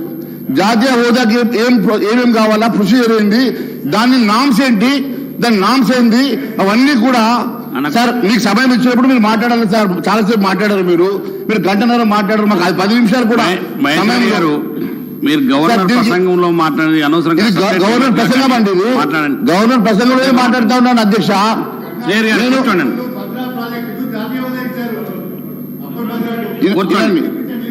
ఇప్పుడు ఒక జాతీయ హోదా రావాలంటే దానికి ఉన్నటువంటి నామ్స్ ఏంది, దానికి ఉన్నటువంటి ప్రొసీజర్ ఏందో గౌరవ ఎంపీగా ఉన్నటువంటి ముఖ్యమంత్రి గారికి కానీ ఉత్తమ్ కుమార్ రెడ్డి గారికి తెలుసు, ఇరిగేషన్ మంత్రిగా ఉన్నటువంటి వారు. మరి వారికి తెలియదా ప్రొసీజర్ ఏందో?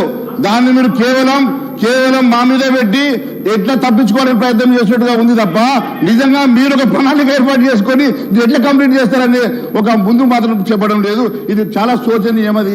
సొంతగా మరి ముఖ్యమంత్రిగా జిల్లా సంగతిని తెలియజేస్తా ఉన్నాను.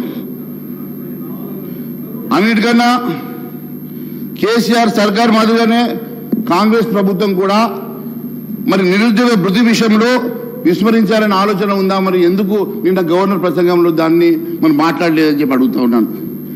దాదాపుగా 35 లక్షల మంది నిరుద్యోగులు ఈరోజు మీరు ఇచ్చినటువంటి హామీకి 4,000 రూపాయలు ప్రతి నెల వస్తే హామీకి వాళ్ళందరూ కూడా ఈరోజు మరి ఎదురు చూస్తూ ఉంటే మీరు దాన్ని విస్మరించి పూర్తిగా ఏ రకంగా ఎగ్గొట్టే ఆలోచన చేస్తున్నట్టుగా ఉంది.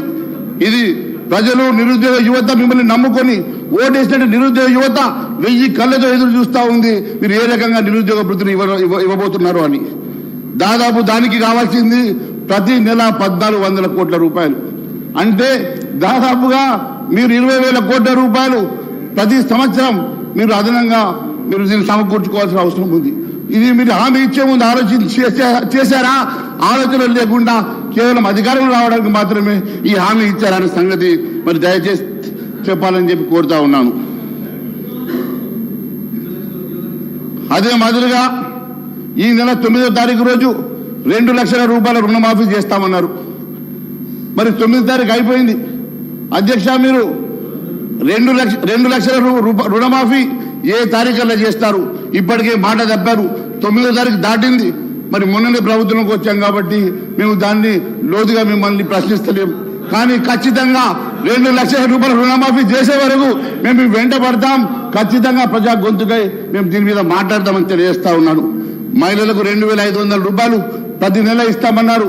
ఇంకా దాని మీద పూర్తి మరి వివరణ కానీ ఇచ్చేటువంటి మరి ప్రొసీజర్ కానీ ఇంకా మీరు దాని మీద ఏమి మాట్లాడకపోవడం నిజంగా శోచనీయమని తెలియజేస్తా ఉన్నాను. అంతేకాదు అధ్యక్ష, ఎంతో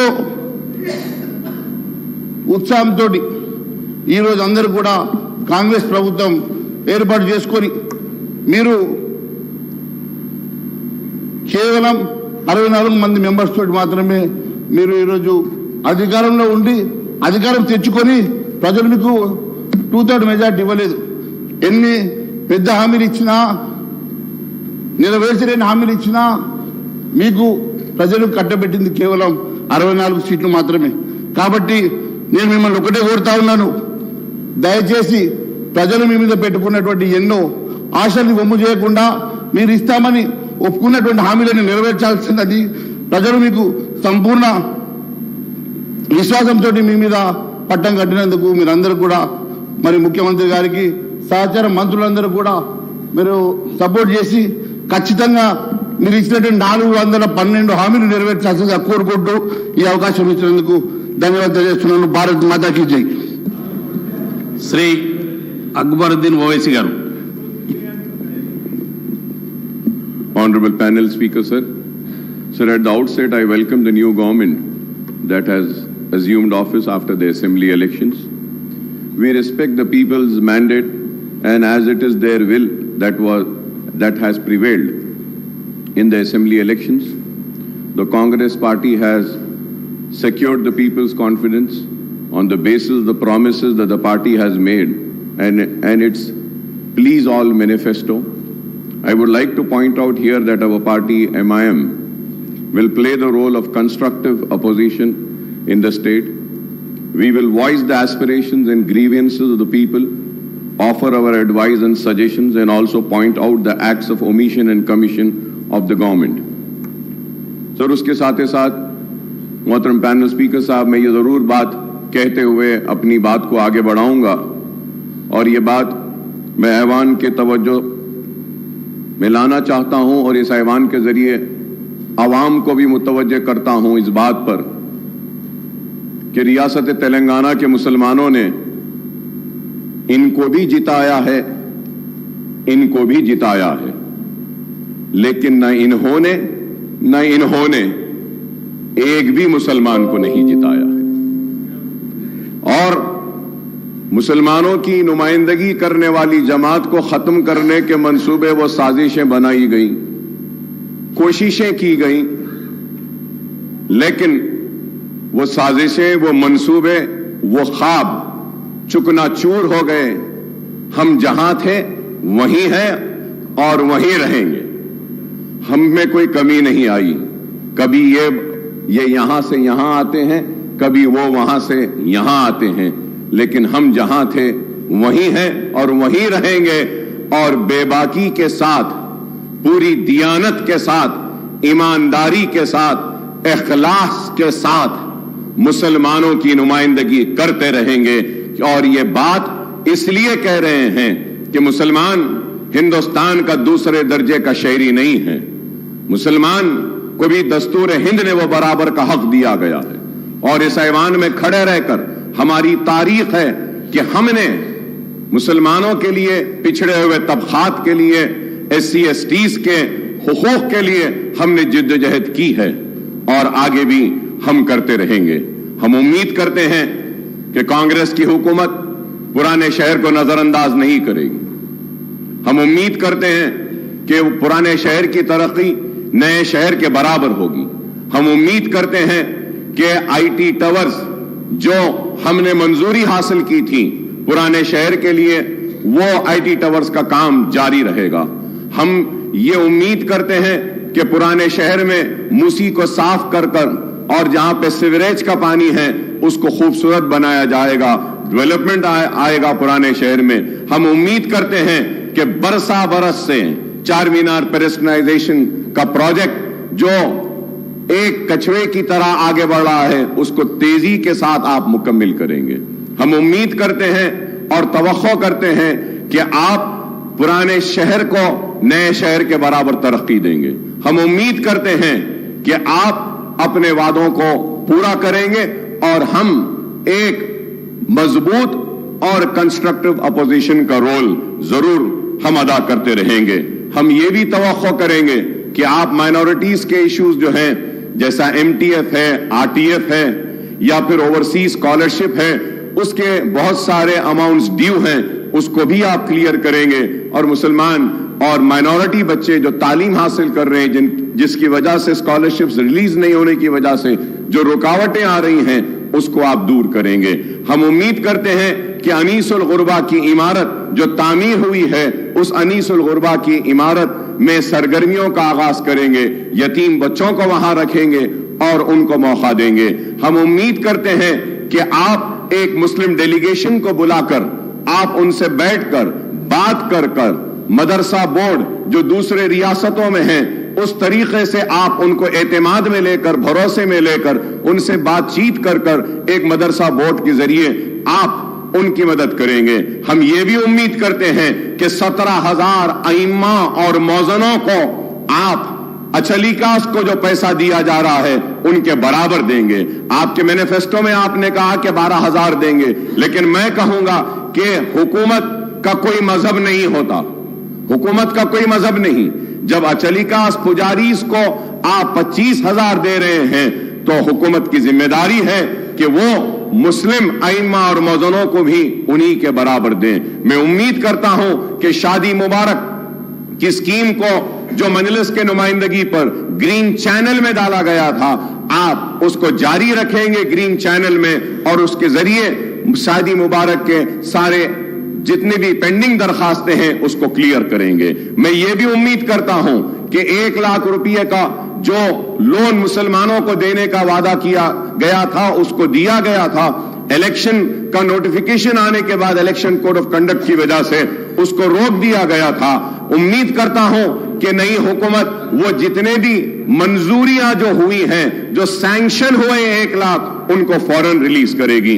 मैं उम्मीद करता हूं कि जो मशीन्स जो दिए गए थे, जो स्विंग मशीन्स खवातीन को दिए गए थे, जिनकी मंजूरी हुई लेकिन इलेक्शन कोड की वजह से रोक दिया गया था, आप उनको भी रिलीज करेंगे। मैं उम्मीद करता हूं कि CBCID की इंक्वायरी जो वह औकाफी जायदादों की तहफ्फुज के लिए बनाई गई थी, उसकी रिपोर्ट को आप टेबल करेंगे।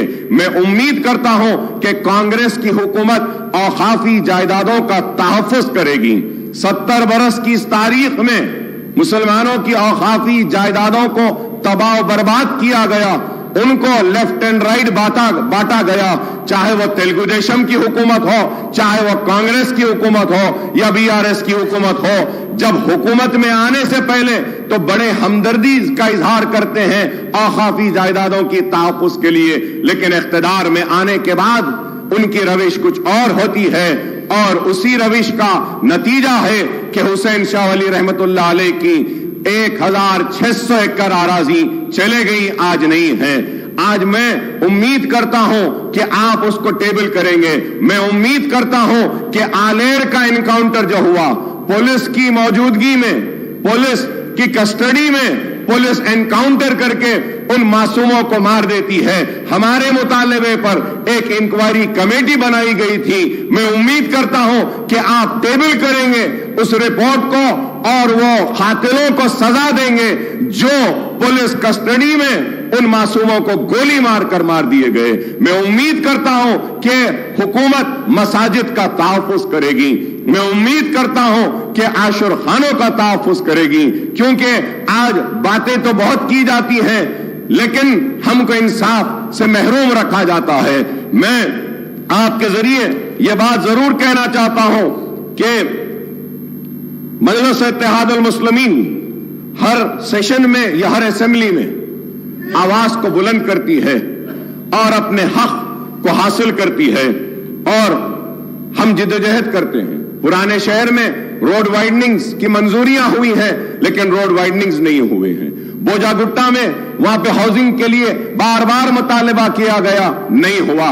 मैं ये भी बात आपसे कहूंगा कि मजलिस इत्तेहादुल मुस्लिमीन और मैंने ऐवान असेंबली में इस मसले को बार बार उठाया और उस वक्त के चीफ मिनिस्टर केसीआर साहब ने मंजूरी दी थी। लाल दरवाजे की मंदिर के लिए 20 करोड़ रुपए मंजूर किए थे, लेकिन आज तक भी लाल दरवाजे की उस मंदिर के काम के लिए आगाज नहीं हुआ। मीटिंगें तो बहुत हुई लेकिन काम नहीं हुआ। और पुराने शहर के पेनिस्ट्राइजेशन के प्रोजेक्ट के लिए, हॉकर्स के लिए ब्रिजेस डालने का ऐलान किया गया, वो भी काम अभी पेंडिंग है। पार्किंग लॉट्स का है। मैं नई हुकूमत के सरबराह और चीफ मिनिस्टर साहब से, रेवंत रेड्डी साहब से मुतालबा करूंगा कि आप पुराने शहर के और शहर हैदराबाद के सारे हमारे एमएलएस की एक मीटिंग बुलाइए। हम सारे मसाइल को आपके सामने रखेंगे और उन मसाइल को आप एक के बाद एक उनको हल करते हुए आप आगे बढ़े तो हम आपके ममनून और मशकूर रहेंगे। इसके साथ ही साथ मैं ये बात भी कहूंगा आपसे कि आपने अपने मैनिफेस्टो में इतने वादे, इतने ऐलानात सब कुछ किए, लेकिन अफसोस के साथ कहना पड़ता है कि मैनिफेस्टो में उर्दू का जिक्र नहीं था। रियासत तेलंगाना की दूसरी सरकारी जबान का मौक़िफ़ दिया तो टीआरएस की हुकूमत ने और केसीआर साहब ने दिया। मैं उनका शुक्रिया अदा करता हूं कि उर्दू को दूसरी सरकारी जबान का मौक़िफ़ दिया गया, लेकिन उर्दू के साथ इंसाफ हुआ, लेकिन जैसे होना था वैसा नहीं हुआ। मैं उम्मीद करता हूं कि आप उर्दू के साथ इंसाफ करेंगे, उर्दू को उसका जायज हक देंगे और उर्दू बोलने वालों के साथ इंसाफ करेंगे। आपने अपने मैनिफेस्टो में यह भी कहा कि डीएससी का इनेकाद करेंगे। हम बार बार बोलते रहे हैं, राजशेखर रेड्डी साहब के दौर से हम बोलते आए हैं और मैं राजशेखर रेड्डी साहब को हर वक्त याद करता हूं क्योंकि वो एक हमदर्द शख्स थे। और अगर कोई कहता है कि हम कांग्रेस के करीब थे तो मैं ये कहना चाहता हूं कि हम कांग्रेस के करीब राजशेखर रेड्डी की वजह से थे, उनके अखलास की वजह से थे, उनकी मोहब्बत की वजह से थे, उनके हमारे लिए हमारे मसाइल को हल करने की वजह से थे। हम राजशेखर रेड्डी साहब के बेशक करीब थे, हमारे काम करते थे। और आज हम आपसे मुतालबा करते हैं, आपसे दरख्वास्त करते हैं कि उर्दू के साथ इंसाफ करिए। डीएससी को, उर्दू के पोस्ट जो होते हैं उसमें आप डीएससी जब करते हैं तो एससी, एसटी और बीसीज रहते हैं। वो एससी, एसटी, बीसीज को उर्दू नहीं आती है, लेकिन कानून ये कहता है कि आप एससी, एसटी को वो पोस्ट दें, तो आपको चाहिए कि आप 2 वक्त उसका नोटिफिकेशन दें। 2 वक्त नोटिफिकेशन देने के बाद वो जितने एससी, एसटीज के और बीसीज के उर्दू के जो पोस्ट हैं जो अनफिल्ड हैं वो ओपन हो जाते हैं। ये इंपॉर्टेंट चीज है। मैं उम्मीद कर रहा था कि आपकी थिंक टैंक आपको बोलेगी और कहेगी कि उर्दू के पोस्ट के लिए, उर्दू के लिए इंसाफ के लिए मैनिफेस्टो में ये बात डालेंगे कि हम उर्दू के पोस्ट को डिरिजर्व करेंगे, लेकिन ये काम नहीं हुआ। मैं उम्मीद करता हूं कि आप ये काम करेंगे। उर्दू जब दूसरी सरकारी जबान है तो जितने भी कॉम्पिटिटिव एग्जाम्स हैं, जितने भी प्रमोशन के एग्जाम्स हैं डिपार्टमेंटल, उसको उर्दू में भी मुनक्किद करना चाहिए। यह जरूरी है, यह काम नहीं हो रहा है। और जितने रिक्रूटमेंट के आपके एग्जाम्स हैं वो एग्जाम्स को भी उर्दू में रखिए, ये भी जरूरी है। मैं उम्मीद करता हूं कि आप मेरे इन बातों पे तवज्जो देंगे और मैं इसके साथ ही साथ आगे बढ़ते हुए ये बात भी आपसे कहूंगा कि it was in 2004 on the eve of assembly polls the Congress party had entered into a poll alliance with TRS after promising Telangana state. More than 5 years later, in the second term of the UPA government at the center and the Congress government in the state, the central government made the December 9 announcement of Telangana statehood in 2009, plunging to the united AP into a turmoil. Ultimately, the Congress Working Committee decided to bifurcate Andhra Pradesh in mid-2013 and followed it up with enactment of AP Reorganization Act in early 2014. Telangana state came into being on June 2nd, 2014. That is exactly 10 years after the promise was made by Congress before the 2004 Assembly and Lok Sabha elections.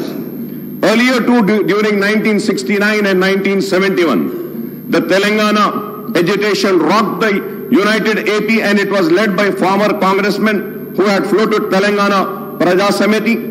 Incidentally, this earlier movement was suppressed by the Congress government at the state and in the united Andhra Pradesh state, sir. Sir, I would like to tell my Congress friends that the history cannot be one-sided and it has to be two sides. In the year 1969 to 1971, agitation scores of youth were killed in police firing, and in 2001 and 13 movements, scores of youth committed self-immolation.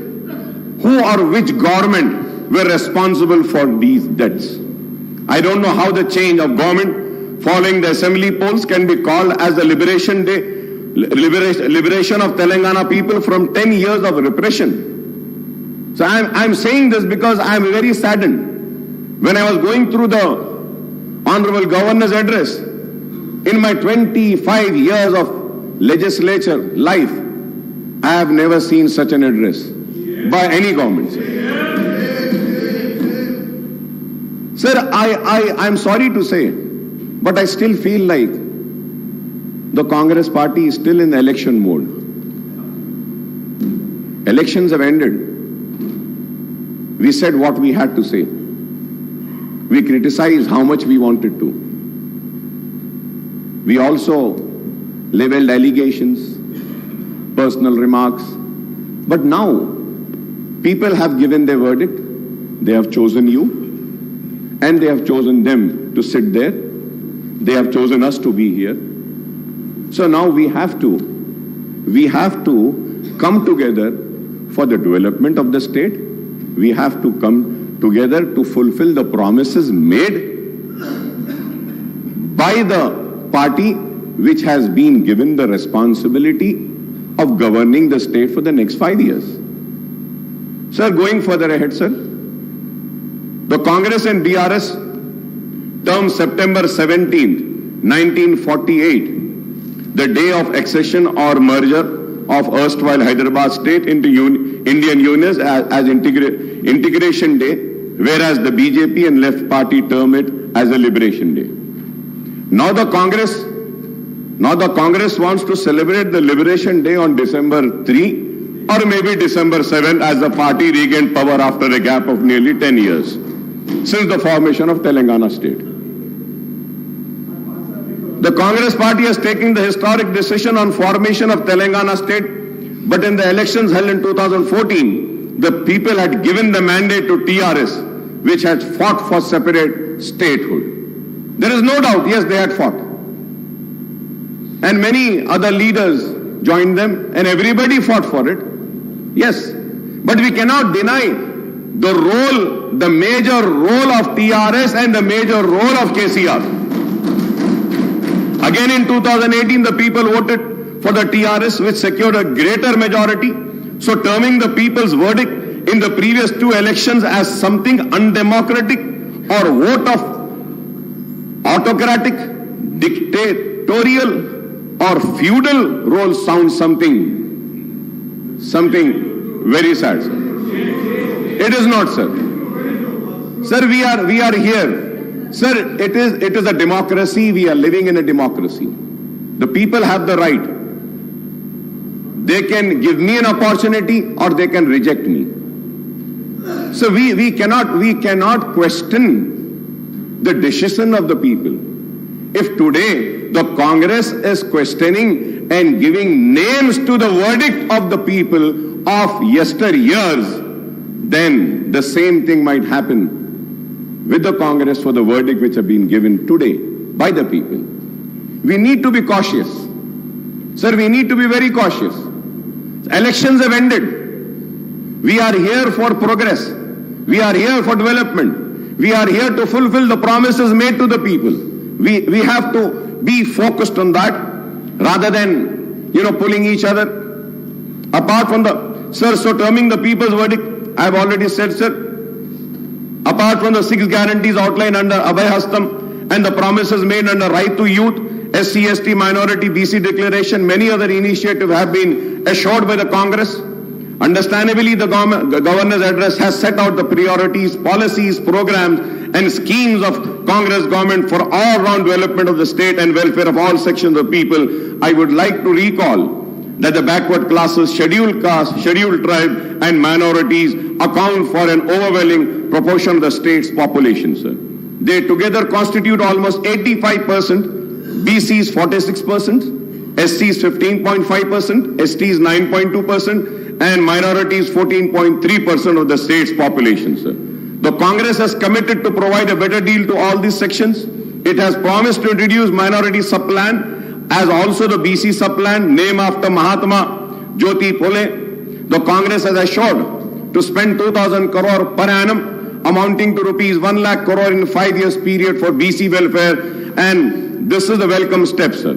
Similarly, the party has assured to enhance the minority welfare budget to rupees 4,000 crores, including 1,000 crore annually for subsidized loans to minority, youth and women, sir. Sir, when I say about, and I talk about 4,000 crores for minority, let me make it very, very clear to the government, sir, what the Congress government is doing in Karnataka and what it was doing in Rajasthan. And, they were calculating the amount spent on other schemes also in the minority budget. Kindly do not do that. If we have to see the other schemes with which the minorities got benefited in the last 9.5 years, like in pension, like in Shadi Mubarak or Raitu Bandhu, Raitu Bima and other schemes, where Muslims are also part. If we have to take into account that amount and the 2,200 crores, we have already crossed 5,500 crores. I hope that the 4,000 crores will be only for minority welfare department. I hope that. I hope. So the Congress has promised to rename Dalit Bandhu scheme as Ambedkar Abhay Hastam and extend it to both SCs and STs and to raise the financial assistance to rupees 12 lakh per family, sir. The party has also assured to raise the reservation of SC, STs to 18% and 12% respectively, sir. However, the Congress has maintained a silence on the demand for raising the reservation for socially and economically backward sections of Muslims of 12%, sir. Congress ने अपनी election की campaigning में इल्जाम लगाया 12%, मगर 12% का जिक्र अपने मैनिफेस्टो में नहीं किया। मैं जानना चाह रहा हूं चीफ मिनिस्टर साहब से, ठीक है इन्होंने नहीं दिया, क्या आप देने वाले हैं? क्या आप देंगे? क्या आप सिंसियर हैं? सवाल है। और असेंबली के रिकॉर्ड्स को उठाकर देखिए, मजलिस इत्तेहादुल मुस्लिमीन की तरफ से मैंने खड़े होकर उस वक्त कहा था 12% मिलता है, मिलने दो नहीं, हमको 4% जो हम हासिल करें राशिक रेड्डी साहब के दौर में उसको कायम रखना, ये बड़ी जिम्मेदारी है। तो आप ठीक है ये नहीं दिए, आप दे रहे हैं क्या बताइए? क्या आप देंगे क्या? And I go for the red sir. Sir, I may recall that the Telangana government has enacted a bill in the state legislature based on the report of the State BC Commission and ST/SC Commission and the finding of Sudhi Commission and Chellappa Commission to raise the quantum of reservation to 12% for BCE category and 10% for STs. Sir, I would like the Honorable Chief Minister Sahab, Mr. Revanth Reddy Sahab, to clarify on the government stand on this issue, sir.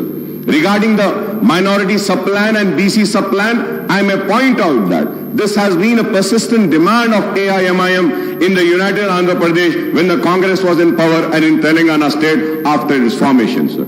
In fact, we had suggested to the Telangana government to enact a legislation on the patterns of Act number 6 of 2022, the AP Minorities Component Outlay Allocation and Utilization of Financial Resources Act 2022 and Act number 13 of 2019, the AP-BC Subplan Planning Allocation and Utilization of Financial Resources Act 2019 for earmarking the funds for minorities and BCs in the state budget, sir. So now our party AIMIM once again reiterates the demand for enacting the two separate legislation, one for the minorities and other for the backward classes, providing for minority component and BC component in Telangana state budget and making allocation for the sub-plan for the forthcoming state budget for the financial year 2024 and 2025, sir. Sir, when I say this, sir, you can go through the records and see about the BCs, sir. The treatment given to the BCs, all the BCs corporation. My learned friend, Sridhar Babu, was with me as a member in Public Accounts Committee. We had asked for the details and we saw the details of the allocation made to the BC, मुख्तलिफ BC के महकुमों को, तो देखकर बड़ी हैरत हुई थी. मैं उम्मीद करता हूं कि आप उनके साथ इंसाफ करेंगे. SC और ST के रिजर्व सीट्स पर भी शायद अगर मैं गलत ना हो तो सबसे ज्यादा सीटों पर आवाम ने आपको मुंतखब किया. इस उम्मीद के साथ कि उनके साथ भी इंसाफ होगा और हम उम्मीद करते हैं कि आप सब के साथ इंसाफ करेंगे.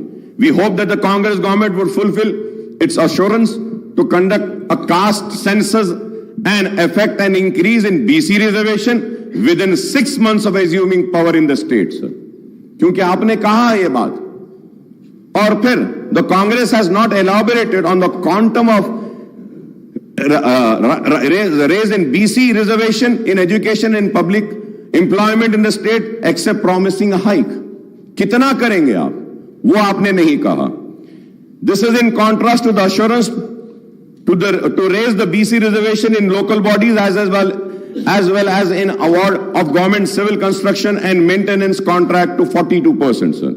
Assuming that the reservation for BCs in education and public employment are raised to 42%, apart from the proposed increase in SC/ST reservation to 18 and 12%, this would, Honorable Panel Speaker, sir, this would raise the total quantum of reservation for SC, STs and BCs together to 72%. 72%, sir. So we do not know whether the enhancement of reservation to 72% will pass the muster as the Supreme Court has laid down the Lakshman Rekha of 50% for overall reservation for weaker sections. If we add the BC reservation, Honorable Panel Speaker, sir, if we add the BC, if we add the EBC reservation of 10% and an increase of 8% reservation for SEBC, Muslim category BCE, the overall reservation will reach 90%. It is going to be 90%. Is this possible in the prevailing circumstances, whether the present central government is opposed to the nail to any increase in reservation for backward classes, apart from total opposition to any kind of reservation to the minorities? Is a question which needs to be answered, sir. A reality check on the issue would be needed, sir. A separate ministry for most backward classes have also been promised, apart from separate finance corporation for all major BC castes. We hope that the existing finance corporation and cooperative societies federation in various BC groups are strengthened with allocation of more funds and assisting these groups. Honorable Panel Speaker, sir, we welcome the promise to introduce the Right to Public Service Act, apart from setting up comprehensive portal for receiving and addressing public complaints and grievances, sir. Sir, जब मैं इसकी बात करता हूं तो इसके साथ साथ ये भी कहूंगा कि हर महकमे में जैसा ऑफिशियल लैंग्वेज कमीशन है, आप मुसलमान को रखिए ताकि वो उर्दू के इंप्लीमेंटेशन के लिए उस पर गौर करें। हायर एजुकेशन डिपार्टमेंट है, वाइस चेयरमैन एक मुसलमान को दीजिए। यूनिवर्सिटीज हैं, वहां पे एक मुसलमान को दीजिए। आप इंफॉर्मेशन का जो है उसमें आप मुसलमान को दे सकते हैं, और कई वकील हैं, पब्लिक प्रोसिक्यूटर्स मुसलमानों को दे सकते हैं। लेकिन आज ये चीज नहीं हो रही है। मैं उम्मीद करता हूं कि मुसलमानों को उनका हक दिया जाएगा। Sir, the 6 guarantees are going to be cornerstone of the Congress government action plan for the state, sir. The government has implemented 2 of the promises made in the manifesto, and it has assured that a definite and time-bound action plan will be announced soon to implement the other guarantees in the poll manifesto, sir. Sir, when I talk about the poll manifesto, sir, about 6 guarantees, sir, I have all the details, sir, like Mahalakshmi scheme, sir, gas cylinder 500 rupees, free travel for women, farmers financial assistance of 15,000 per acre, rupees 12,000 per annum to agricultural labor, bonus of 500 paddy waiver, and all land extent and number of farmers. ये सारी चीजें जब हम देखते हैं, sir, I don't know whether people know about this, sir. I might be wrong, but I would request the government to please correct me. Please do correct me. So 2,500 per month to every BPL family woman. Sir, अगर हम BPL family woman में card में से एक औरत को अगर ले लेते हैं पर मंथ, नहीं, मैं एक को ले रहा हूं, मैं सिर्फ एक को ले रहा हूं, एक को ले लेते हैं तो 2,249.75 crores per month, sir. Per annum 26,997, sir. Sir, gas cylinder for 12 months 12 cylinder अगर हम देंगे पर ईयर, सर 5,399। बिल्कुल साहब, आप दीजिए। 3 ने साहब, आप जो ऐसे 4 महीने चला, बोलो उनको चला लेते, चला ले, गांव में लकड़ी के साथ चला लेते साहब, बेफिक्र रहो। Free travel for women, sir, free travel for women अगर इसको हम देखते हैं, sir 2,190 crore, sir. Farmers, sir, financial assistance, sir, total agricultural के आप साइट पर जाके देखिए, सर, जहां पे जिरात हो रही है वो जुमला एकरेज है 1,54,40,580, सर। तो अगर हम किसानों को जो वादा करें वो देते हैं 23,160.87 crore, sir. Sir, 12,000 per annum to agricultural labor, sir. I was listening to my learned friend. He said कि दो को भी दे देंगे, बोले मियाँ बीवी दोनों को देंगे। I don't know if it is the policy of the government or what. Very good, very good. दो को दे रहे हैं, बहुत अच्छा है। I was just listening to honorable learned friend of mine. He said कि एक ने 2 को देंगे। मैं एक को देने की बात लिया साहब, सिर्फ एक को लिया तो they are 25 lakh labours are they, sir. उसके लिए 3,000 करोड़ होना सालाना, सर। आप 2 को देंगे, बोले 6,000 करोड़ होना है। अब हम आगे बढ़ते हैं और देखिए साहब, bonus 500, sir. If we have to go, I have all the details, honourable panel speaker, sir. If I have to go, Gruha Jyothi, sir, 4,800 crores is required. Indrama Indulu, sir, 25,000 crores is required. Yuva Vikasam, 38,894 crores is required, sir. I have all the details, sir. It is not that I have done my homework and research, sir. Sir, implementation of Vidya Jyoti Patakam, Abdul Kalam, Tofe Talim and all this, sir. For that 6,476.66 crores is required, sir. Sir, MPhil PhD, sir, for that, और उसके बाद में graduates को भी आप देंगे बोले, फिर इंटर स्टूडेंट्स को भी देंगे बोले, SSC को भी देंगे बोले, तो उसके लिए, और फिर वो सारे जब हम देखते हैं, सर, 294, 1,800 and 2,600, अब इतने हैं, सर, thousands and thousands है, sir. And I wish you all the luck, because I know this, sir, because I know this. Congress have ruled this country and ruled the state 16 times, sir. Very learned people are there, educated people are there, they know how to rule, and I'm sure and I'm confident they are going to fulfill the promises.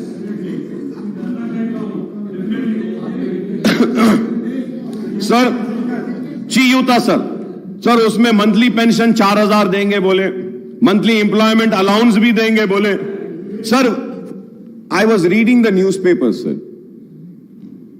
So in that it was written that the required amount would be 70,000, sir. But sir, I want to correct, sir. As per my calculation, I might be wrong. I'm not saying I'm perfect. I might be wrong.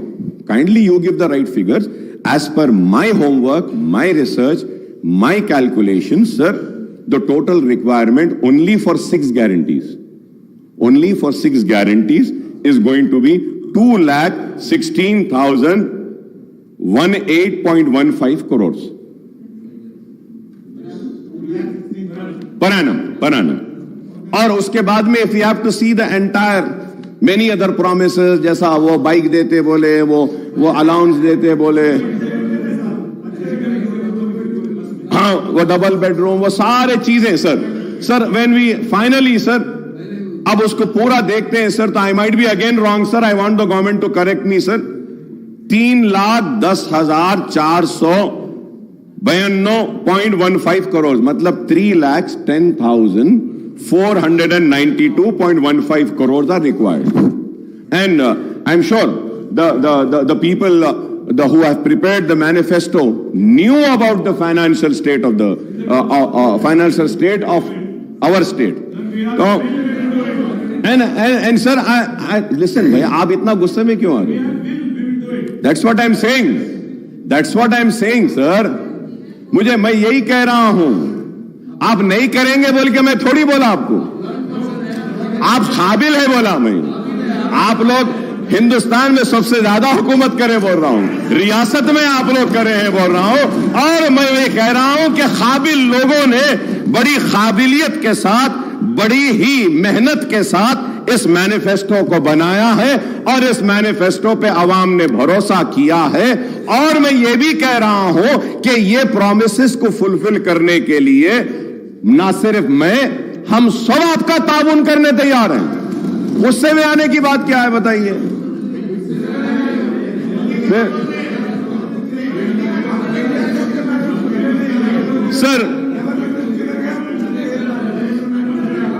Sir मैं ये भी कहूंगा sir, there is no mention about the minority declaration in the governor's address, and I don't know the reason for this omission, sir. इसलिए मैंने कहा, मुसलमानों ने आपको भी जिताया, मुसलमानों ने आपको भी जिताया, मगर आप दोनों ने मुसलमानों को नहीं जिताया. हम जीत गए. Sir, one of the promise under the minority declaration is the introduction of Abdul Kalam Tohfa Talim scheme to provide financial assistance of rupees 5 lakh to minority youth for completing MPhil and PhD, rupees 1 lakh for post-graduation, rupees 25,000 for graduation, rupees 15,000 for intermediate, and rupees 10,000 for passing the 10th grade SSC, sir. Sir, I would like to once again ask the people responsible for preparation of this manifesto, sir. Sir, by the way, sir, who is this Abdul Kalam? Is it, no, sir, it is written Abdul Kalam. Is it the India's first education minister, Maulana Abdul Kalam Azad? Or it is Abdul Kalam, India's missile man and former president, Mr. APJ Abdul Kalam? It cannot be both. इसमें तो सिर्फ अब्दुल कलाम लिखा, इसलिए मैं पूछ रहा हूं साहब, इस पे भी गुस्सा मत आओ. ये भी पूछ रहा हूं कि किसके जी. तो मैं ये पूछ रहा हूं, ये भाई ये मैनिफेस्टो आपका है भाई, सीएम साहब ये आपका है, आपके उसमें है, तो इसमें अब्दुल कलाम 2 है, तो मैं क्लैरिफिकेशन ले रहा हूं, मौलाना अब्दुल कलाम आजाद के नाम पे है या Abdul Kalam the missile man के नाम पे? तो दोनों के नाम से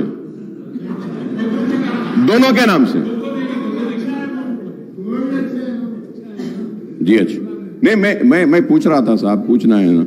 Under the Mahalakshmi Guarantee, women are promised monthly financial assistance of rupees 2,500 per month, and that is 30,000 per annum, besides free travel in RTC buses, sir. Sir, when I talk about RTC buses, sir, Honorable Panel Speaker, sir. So this is Telangana Road Transport Corporation 22-23 report, sir. And also, I had raised a question, sir. अब इसमें लिखा हुआ है, sir, कि out of the 9,000 buses, 6,000 buses are old, 15 years old. और इसमें पूरा detail दिया साहब, कितने पुराने हैं, क्या है क्या नहीं. अब ये देखिए सर, ये 23-24 ये पेज ही नहीं है साहब इसमें। नहीं आपके दौर में हुआ सो है ये, सॉरी आपके दौर में हुआ सो है। सर पैनल स्पीकर सर, मैं नई गवर्नमेंट से कहूंगा कि ऐसे डेलिबरेट ओमिशंस पेजेस के नहीं होना चाहिए, because you had promised a transparent government, it has to be there. बहुत है सर, सो मेनी डिमांड्स, बहुत सारे डिमांड्स भी देखते हैं सर, डिमांड्स में एक इंपॉर्टेंट पेज गायब हो जाता है, डिमांड्स टेबल नहीं होते, डिमांड्स पे डिस्कशन होता है। तो I hope we have faced this. नहीं, I told you कि we are going to play a role of a constructive opposition, and let me correct you, we have played a constructive role when the TRS was also there in the government. We have criticized the government, we have appreciated the government, we have rejected their wrongdoings, and we have praised the good doings which were for the people. We are going to play the same role. And at the same time, I'm happy that I'm happy that I saw today's newspapers in which Honorable Raymond Reddy Saab has said in the newspaper, it has come कि MIM के साथ कोई alliance नहीं है भाई हमारा, हम अकेले थे, अकेले हैं, लड़ रहे थे, लड़ रहे हैं, लड़ते रहेंगे। क्योंकि बहुत सारे लोगों को ऑनरेबल पैनल स्पीकर साहब, एक मीटिंग हुई, सीएम साहब बुलाए, थैंक यू सर, मूसी के लिए बुलाए, thank you so much sir, बुलाए, हम बैठे, डिस्कस करे, लोग समझे कि अरे अलायंस हो गया, ये इनके करीब आ गए, ये इनके हो गए। देखिए, मैं ये कहना चाहता हूं, वो हमारे रियासत के चीफ मिनिस्टर हैं, अवाम ने उनको मुंतखब किया है, ये कांग्रेस की हुकूमत में एतमाद का इजहार किया है, तो मैं अवामी नुमाइंदे की हैसियत से अपनी रियासत के चीफ मिनिस्टर से मिलना ही पड़ेगा, मिलते रहेंगे, काम कराते रहेंगे, क्योंकि हमको काम होना है। And to go further ahead, sir, we welcome the introduction of free bus ride for the women in TSRTC buses, sir. At the same time, sir, through you, sir, I would like to request the government to kindly take care of the auto rickshaw drivers. Auto rickshaw के drivers बहुत परेशान हैं, Uber and ओला वाले बहुत परेशान हैं। खवातीन को तो अच्छा मौका मिला कि बस में वो सफ़र कर रहे हैं, बहुत अच्छी बात है, लेकिन हमको इनका भी ख्याल करना चाहिए, क्योंकि आपने इलेक्शन मैनिफेस्टो में ऐलान किया था कि आप जितने चालानात हुए हैं, चालानात को भी आप माफ़ करेंगे, आधा माफ़ करेंगे। तो मैं आपसे रिक्वेस्ट करूंगा कि अहकामात जारी करिए कि जितने भी चालानात है उसको हम 50% वेव ऑफ करते हैं, और ऑटोज वालों को किस तरीके से हम मदद पहुंचा सकते हैं। वो कुछ पैसे भरते हैं रोड टैक्स का, इसका, अगर उसमें अगर उनको कुछ एग्जेम्पशन अगर कुछ देते हैं तो एक उनको भी एतमाद में लिए वैसा होगा। सर उसके साथ ही साथ जी नहीं, अब देते बोले थे साहब, आपके मैनिफेस्टो में बोले थे, आप अब देंगे बोल के बोले थे, केसीआर साहब अनाउंस करे थे कि हम गवर्नमेंट में अगर आएंगे तो ऑटो वालों को ये देंगे, इट वाज अनाउंस्ड। तो मैं चीफ मिनिस्टर साहब से रिक्वेस्ट करूंगा कि ऑटो वालों का भी थोड़ा सा अगर आप देखते हैं तो उनका भी थोड़ा अच्छा फायदा हो जाएगा। और इसके साथ ही साथ ऑनरेबल पैनल स्पीकर सर, मैं ये जरूर कहना चाहूंगा कि आउट ऑफ 9,000 6,000 तो पुराने बसेस है, और फिर नुकसान 2,000 करोड़ का है, तो ये पेट्रोल डीजल के लिए भी देना है। So there are many other things, sir, which I think in the next budget session I will go further ahead and discuss about this, sir. But as per my knowledge, sir, 12 crore का शायद नुकसान हो रहा है RTC को इससे। अब इसको हम कैसा करेंगे, इसका भी आप कुछ प्रोग्राम बनाइए sir. And domestic gas cylinders के ताल्लुक से भी मैंने पहले ही कहा है और फिर से कहूंगा, और उम्मीद करता हूं कि आप करेंगे। और under Rythu Bharosa the assistant of 70 lakh farmers is been raised to 15,000 per acre and the coverage has been extended to 6 lakh share of khawldas also, sir, bonus of 500। ये सारी चीजें हैं जो आप जानते हैं, मैं भी जानता हूं, क्रॉप लोन्स के बारे में भी आपने वेव करेंगे कहा, ₹2 lakh at one go would require 36,000 crores, sir. ₹30,000 crores towards loan amount and ₹6,000 crores towards interest. So 36,000 है. I hope that under Gruha Jyoti guarantee 200 unit of free electricity a promise for all household.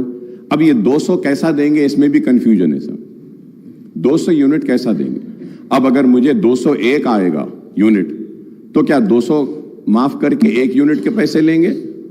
या अगर मुझे 500 unit आ रहा है तो वो 500 unit में से आप 300 माइनस करके 200 का लेंगे?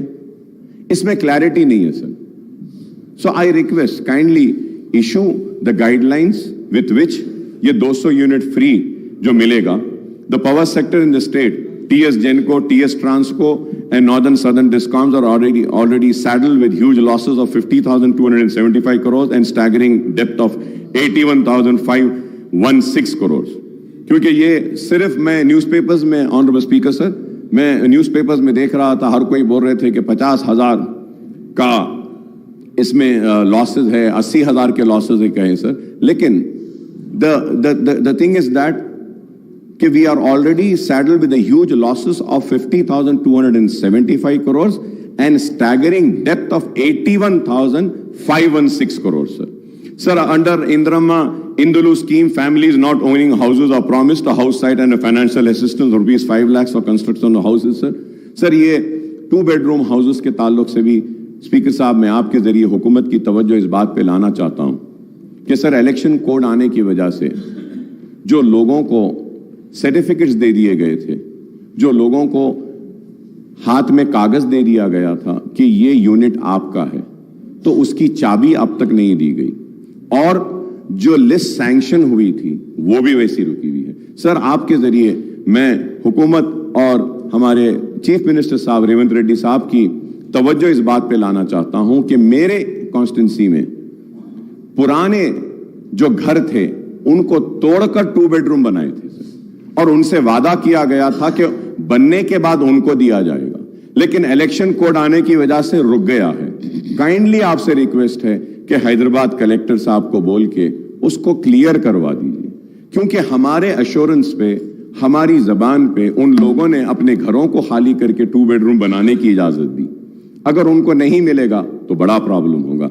Honorable Speaker, sir, through you also very important issue I want to bring to the kind notice of the government is that, sir, under JNNURM, Wambe scheme and other schemes, housing was taken up, sir. Right from Mr. Chandrababu Naidu was the chief minister then, से लेकर आज तक भी ये हो रहा है. वो घर जो है सो 20 साल 15 साल पुराने हो गए, बहुत खराब हो गए हैं. तो हमारी नुमाइंदगी पर HMDA से 100 करोड़ रुपए रिलीज हुए थे, वो 150 करोड़ रुपया पूरे शहर के JNNURM, वाम्बे और ये दूसरे हाउसिंग स्कीम के पुराने घरों के मेंटेनेंस वर्क के लिए. तो मैं आपके जरिए हुकूमत से रिक्वेस्ट करूंगा कि हैदराबाद और सिकंदराबाद के जितने पुराने घर हैं जो डिलैपिलेटेड कंडीशन में, जिसके लिए अमाउंट भी रिलीज हुआ है, kindly give instructions that these amounts are released to the contractors and the work can be taken up so that it will help the poorest of the poor people, sir. Sir, about SC/ST's promise assistance of 6 lakhs for construction of houses and for other it is 5 lakhs. I don't know why this difference, sir. SC/ST को आप 6 लाख देते बोले, यहाँ पे 5 lakh. Here, lakhs of people, especially in towns and cities, do not own houses and live in rented houses, sir.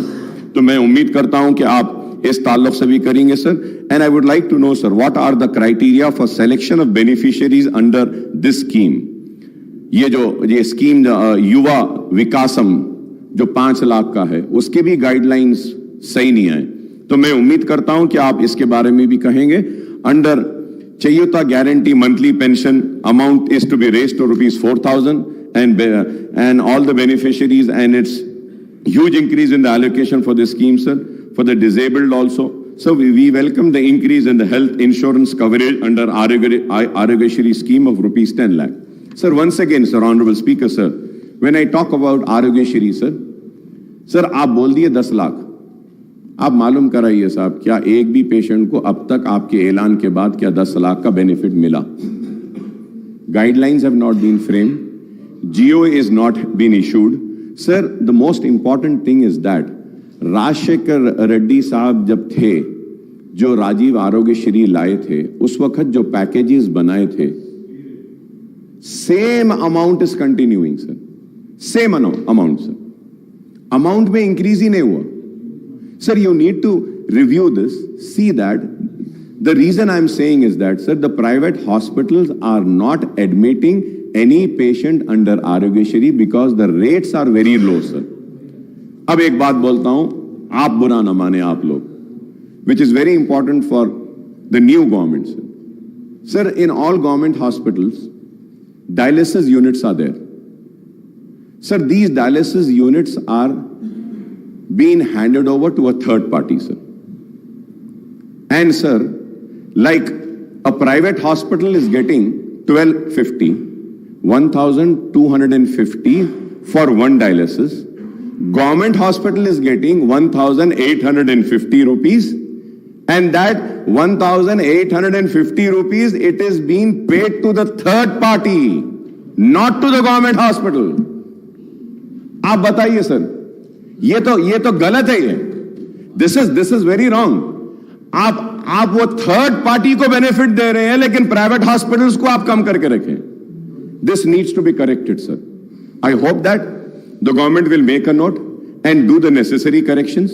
Cancer patient बहुत ज्यादा बढ़ रहे हैं, उनके लिए आप ये आरोग्यश्री का जो राजीव आरोग्यश्री का स्कीम जो है, इसमें कैंसर पेशेंट्स को दीजिए. And in dialysis also sir, dialysis are not provided sir. The dialyzer, the pipes are not provided.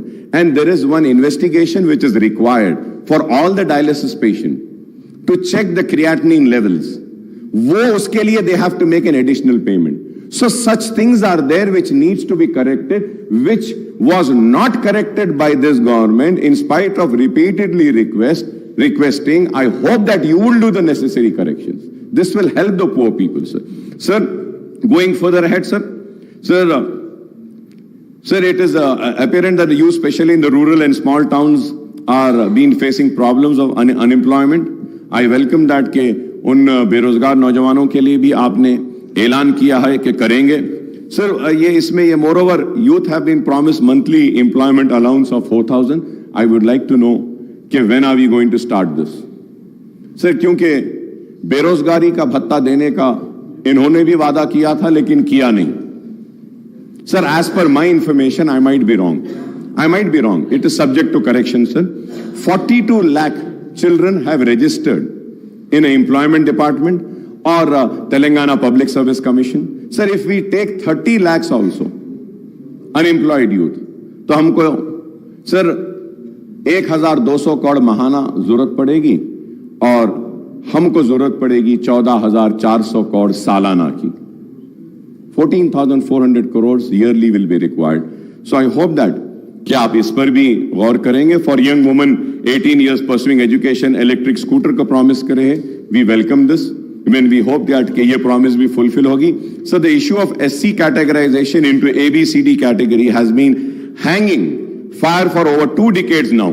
Despite the effort of the successive government, the United AP and Telangana government to implement it in a letter and spirit, sir, unless constitutional amendments are moved by the central government to overcome the hurdles in implementing the categorization in selected state instead of entire country, this issue cannot be resolved, sir. Regarding the minority declaration, let me point out that most of the schemes and initiative included in this declaration are already under implementation in the states since Telangana came into being in June 2014, sir. The Congress has promised about Setwin, sir. I hope that कि सेटविन को आप मजबूत बनाएंगे, अच्छा बनाएंगे, ताकि unemployed youth को skill development का ट्रेनिंग का प्रोग्राम भी होगा.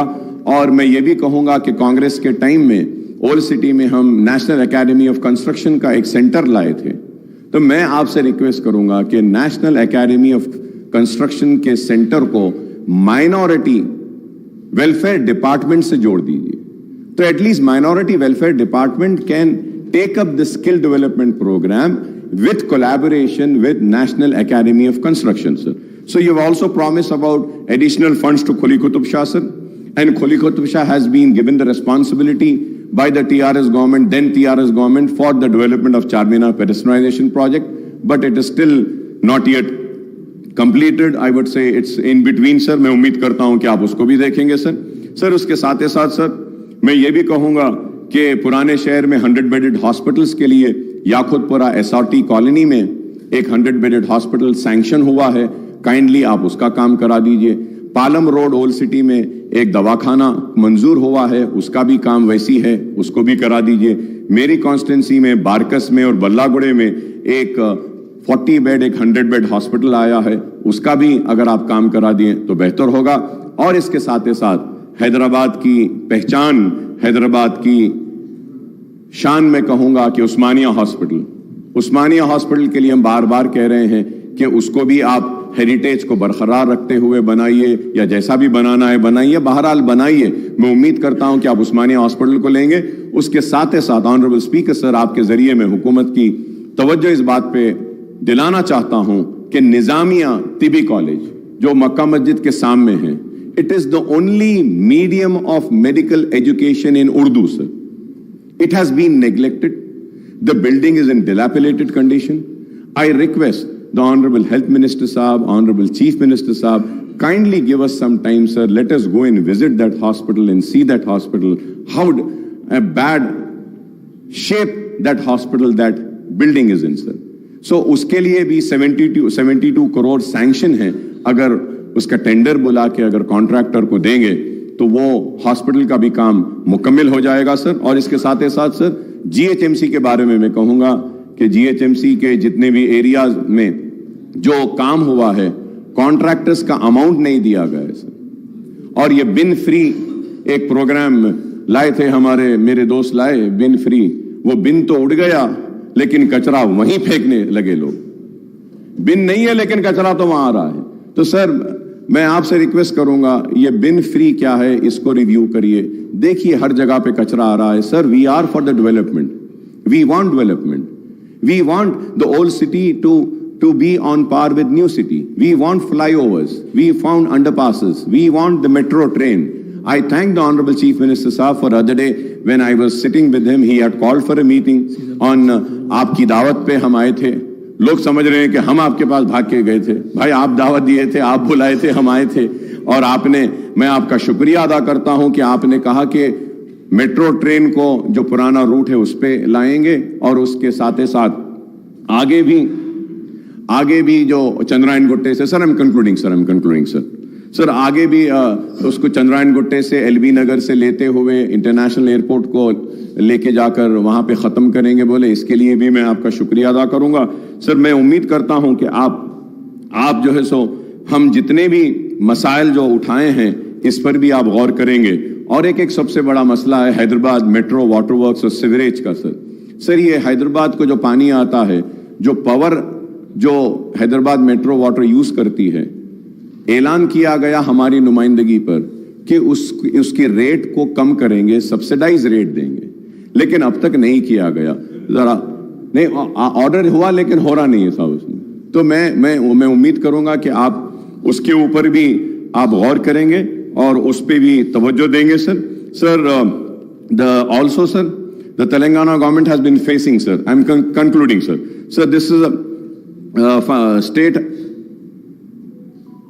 finances and financial implication of the scheme's initiative and hike proposed under Congress manifesto, sir. This is important since the Telangana government has been facing resource crunch and growing financial deficit due to tight-fisted approach of the central government towards the state, sir. In the first 7 months of the current financial year, the total receipts of the Telangana government added up to rupees 1,33,174 crores, sir. That is 51.25%, sir. And the annual budget estimate and the total expenditure reached to rupees 1,22,553 crores. That is 51.58% of the budget estimate, sir. However, Honorable Speaker, sir, the state share of union taxes came to rupees 7,139 crores as against the budget estimate of rupees 14,528 crores, sir.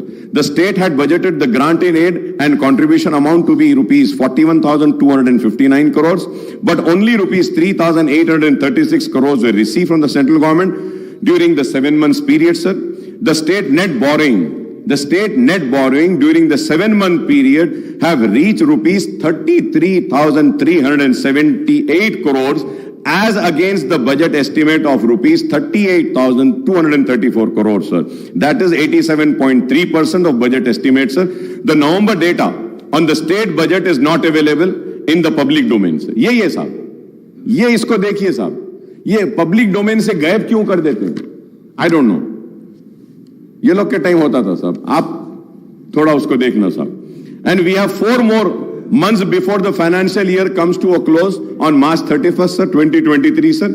I may be wrong, but I was just going through. I'm not sure, but I believe कि 3-4 दिन पहले 500 करोड़ रुपया आप लोगों ने कुछ loan लिया है.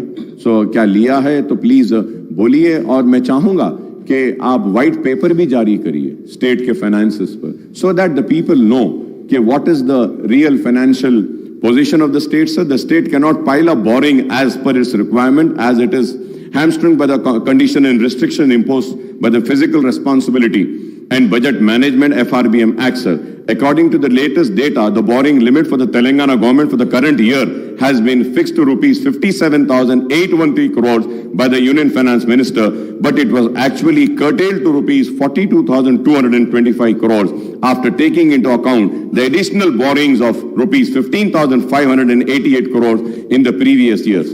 So, however, the Union Finance Minister has further curtailed the borrowing limit of Telangana state by 36,617 crores under open market borrowing as against the budget estimate of rupees 38,235 crores, citing overborrowing from open market in the previous year, sir. The state has already mobilized, Honorable Speaker, sir, the state has already mobilized 36,378 crores through open market loans in the current financial year up to the end of November 2023, sir. The state cannot raise any open market loans during the remaining period of the financial year till March 31, 2024, sir. I might be wrong, sir. This is subject to correction, sir. Sir, it can only avail a special drawing facility and resort to ways and means, advances and overdraft to meet its day-to-day requirements, sir. Overdraft. It is a very alarming. So this is why I say that a white paper needs to be tabled. Let the people know, sir.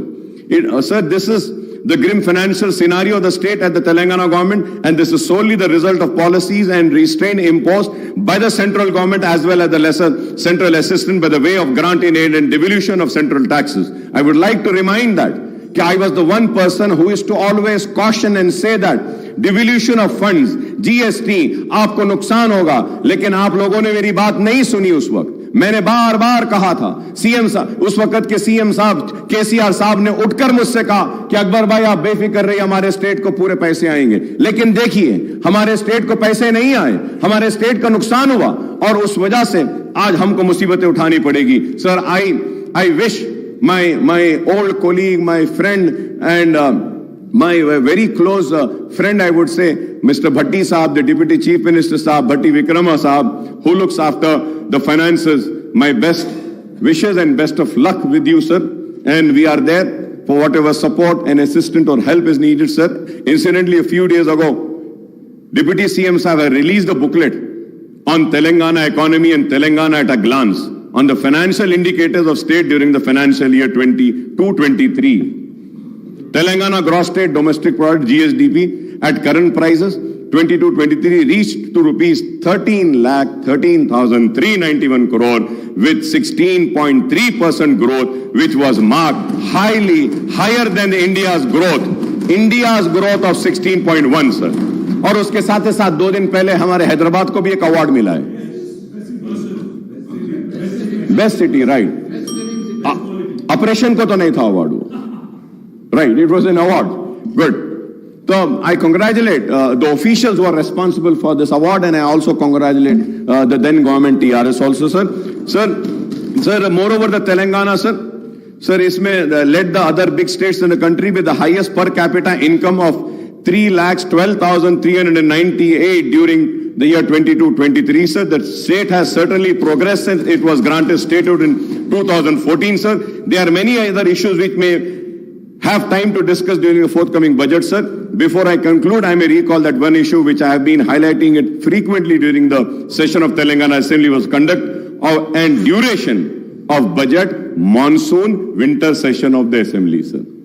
Sir, मैं इनको भी criticize करता हूं sir. My friends are there sir.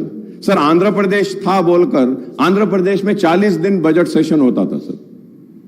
बोले कि नहीं sir वो आधे मेंबर्स उधर चले गए तो 40 के बजाय कम कर देंगे.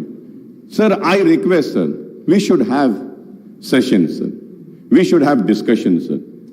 सर इसमें हुआ ये sir, in the last budget session sir, I am sorry secretary साहब is there, he might feel offended, but the demands were not table and we were discussing on demands sir. कैसे होगा sir ये? ठीक है सब सारे लोग नहीं पढ़ते होंगे लेकिन बात पढ़ने वाले लोग हैं सर. हम जैसे लोग जो टूटा फूटा जैसा भी है पढ़ लेते हैं. ठीक है हम उतने काबिल नहीं है, उतने ज्यादा पढ़े लिखे नहीं है, उतने डिग्रीज नहीं है, लेकिन फिर भी सर मैं I may point out whether it is assembly or a small state like Sikkim or large state like Uttar Pradesh, there is nothing to prevent these assemblies for holding sittings for longer duration and for holding sir we in Telangana have 119 members, AP has 175. Sir Andhra Pradesh assembly regularly budget session होता है और हमारे पास the budget session used to be sitting of 29 days sir, 40 days span में होता था. लेकिन अगर हम देखते हैं sir during the first term 2014 and 18, the assembly sittings were held for 126 days, annual average of 25 days, sir. Moreover, in the successive sessions, the question hour were dispensed. Question hour chale gaya. With too often and no discussions were held in form of half an hour. Discussion rule 29, LAQ rule 39, SNQ rule 51, short discussion rule 60, calling attention rule 74, and matter of urgent public importance, sir. In the BSc meeting held in this connection, the previous sittings and session of assembly, our party had given a list of issues for discussion, sir. Sir, therefore, I urge the Honorable Chief Minister, the Leader of the House and the Legislative Affairs Minister, sir, to ensure that assembly sessions are conveyed for longer duration and all the 3 session budget, monsoon and winter will be held, sir. तो मैं उम्मीद करता हूं sir आपने जो मुझे मौका दिया है इसके लिए मैं आपका शुक्रिया अदा करता हूं और शुक्रिया अदा करते हुए आपकी हुकूमत के साथ अपनी सारी नेक ख्वाहिशात का इजहार करता हूं और हमारा ताउन आपके साथ रहेगा. जो रियासत की बेहतरी के लिए है हम उसकी तायीद करेंगे, जो रियासत के अवाम के खिलाफ होगा हम उसकी मुखालिफत करेंगे. हम खड़े रहकर अपने हक की लड़ाई लड़ेंगे. हम मुसलमानों की आवाज बनकर इस ऐवान में गूंजते रहे हैं, हमारी आवाज गूंजते रहेगी और हम अपने मुतालिबात को आपके सामने रखेंगे. और उम्मीद करता हूं कि छोटे व्यापारियों का भी आप ख्याल करेंगे, ऑटो वालों का ख्याल करेंगे, माइनॉरिटीज के इश्यूज जब उठाए उसके ताल्लुक से आप संजीदा रहेंगे, उर्दू के ताल्लुक से हमने जो उठाया है, और उसके साथ ही साथ सर हाईटेक सिटी में दुकानें 24 घंटे खुले रहते हैं सर. आपकी गवर्नमेंट आने के बाद से 10:30-11 बजे ओल्ड सिटी में दुकानें बंद कर दे रहे हैं सर. ये छोटे कारोबार वाले हैं सर, थोड़ा उन पे भी रहम करिए. मेरी आपसे अदबन दरखास्त है कि एक मीटिंग भी बुलाइए, माइनॉरिटीज के इश्यूज को हम आपके सामने लाएंगे, आपके सामने रखेंगे और उम्मीद करते हैं कि आपकी हुकूमत काम करेगी, अवाम के दिलों को जीतेगी, अपने मैनिफेस्टो को मुकम्मल करेगी. चाहे कितना भी पैसा हो वो अपने जबान से, अपने मैनिफेस्टो से, अपने तयखुन से और अपने जो उम्मीद जो अवाम को दिलाई है उसको नहीं तोड़ेगी. बहुत बहुत शुक्रिया स्पीकर साहब. श्री కూనమనేని స్పీకర్ సార్, ఒక్క నిమిషం. Leader of the speaker sir, governor గారి ప్రసంగం రిప్లై సందర్భంగా ఎంఐఎం సభాపక్ష నాయకులు అక్బరుద్దీన్ ఓవైసీ గారు ప్రభుత్వం తీసుకున్న నిర్ణయం రాజీవ్ ఆరోగ్యశ్రీ పథకం అమలు జరగడం లేదు, జీవో ఇవ్వలేదని వారు చెప్పిండ్రు. వారు సమాచార లోపం వల్ల ఏమన్నా చెప్పిండ్రేమో.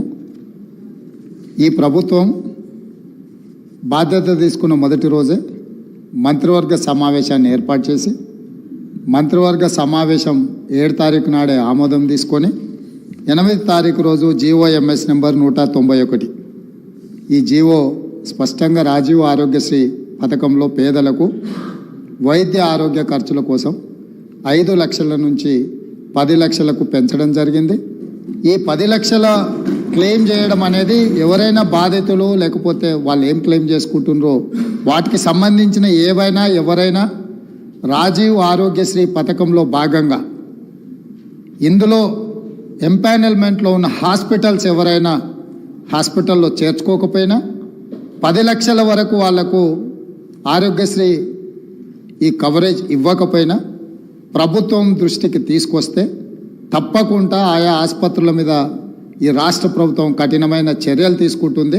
కాబట్టి దయచేసి మా సహచర సభ్యులకు నా సూచన, రాజీవ్ ఆరోగ్యశ్రీ పథకాన్ని 7 తారీఖు నాడు ప్రభుత్వం బాధ్యత తీసుకున్న రోజే మంత్రివర్గ సమావేశంలో ఆమోదం తీసుకున్నాం.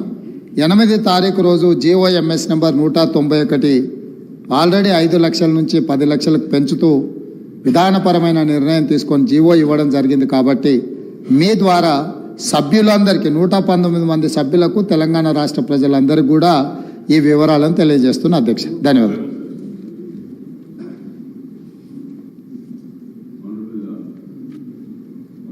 Chief Minister Saab, I thank you and I welcome that the GO was issued about enhancement of Arogya Sharif to 10 lakhs rupees. लेकिन आप मेरी बात को समझिए, मैं ये बताना चाह रहा हूं कि किस तरीके से ये 10 लाख रुपया एक पेशेंट को दिया जाएगा वो तफसील अब तक नहीं आई है।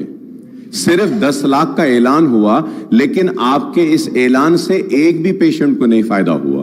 क्या ये 10 लाख आपका सीसीयू में इनहैंस होगा? क्या 10 लाख कैंसर के पेशेंट को होगा? 10 लाख क्या अगर एक पेशेंट 4.5 लाख अगर अब हो गए तो नेक्स्ट एडमिशन उसको डिनाई होता था कि he has absorbed this amount, तो क्या वो फिर से आएगा? तो फिर उसको आप 5.5 का ट्रीटमेंट देंगे क्या? ये चीजें नहीं आई हैं। मैं ये चाहता हूं कि अगर क्लैरिटी से आ जाएगा तो वो 10 लाख का फायदा आवाम को मिलेगा।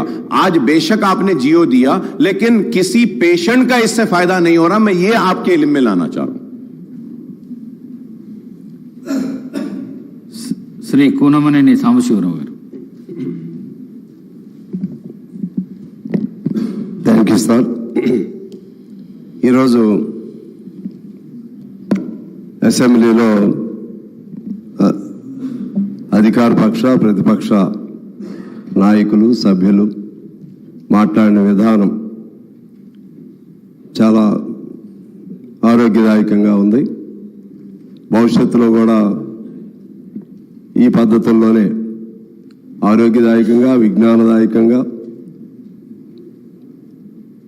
నిర్మాణ పద్ధతుల్లో మాట్లాడారు. ఇలాగే ఉండాలని కోరుకుంటా ఉన్నాను. ఇంతకు మించి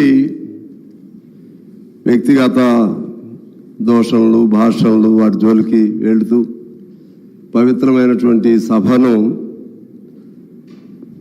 పక్క మార్గాలు పట్టించకుండా ఉండాలని, అటువైనా ఇటువైనా మార్షల్స్కి పని పెట్టకుండా ఉండాలని, బలవంతాన బయటికి నెట్టివేయబడకుండా ఉండాలని కోరుకుంటూ, ఇటువంటి గొప్ప సభ, గొప్ప నిర్వహణ మన తెలంగాణ ప్రజల ఆశల ఆకాంక్షలకు అనుగుణంగా ముందుకు వెళ్ళాలని కోరుకుంటూ ముందుగా మీకు నా నమస్కారాలు తెలియజేస్తా ఉన్నాను. అలాగే కొత్తగా ప్రభుత్వంలోకి వచ్చినటువంటి కాంగ్రెస్ పార్టీకు, ముఖ్యమంత్రి రేవంత్ రెడ్డి గారికి, వారి మంత్రివర్గ సహచరులకు నేను మనస్ఫూర్తిగా అభినందనలు తెలియజేస్తా ఉన్నాను. కేటీఆర్ గారు మరెవరు మాట్లాడుతూ మీరు 65 మంది, మేము మిగిలిన 54 ఏదో చెప్పారు. అంటే నన్ను కూడా అటు కలిపేశారు. 23 కలిపేసుకున్నారు. ఎంఐఎం, బీజేపీ,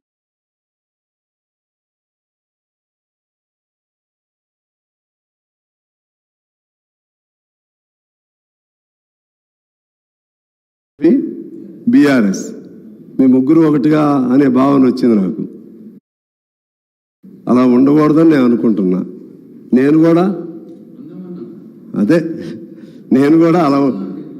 అలా ఉండకూడదని నేను అనుకుంటున్నా. నేను కమ్యూనిస్ట్ పార్టీ అఫ్ కోర్స్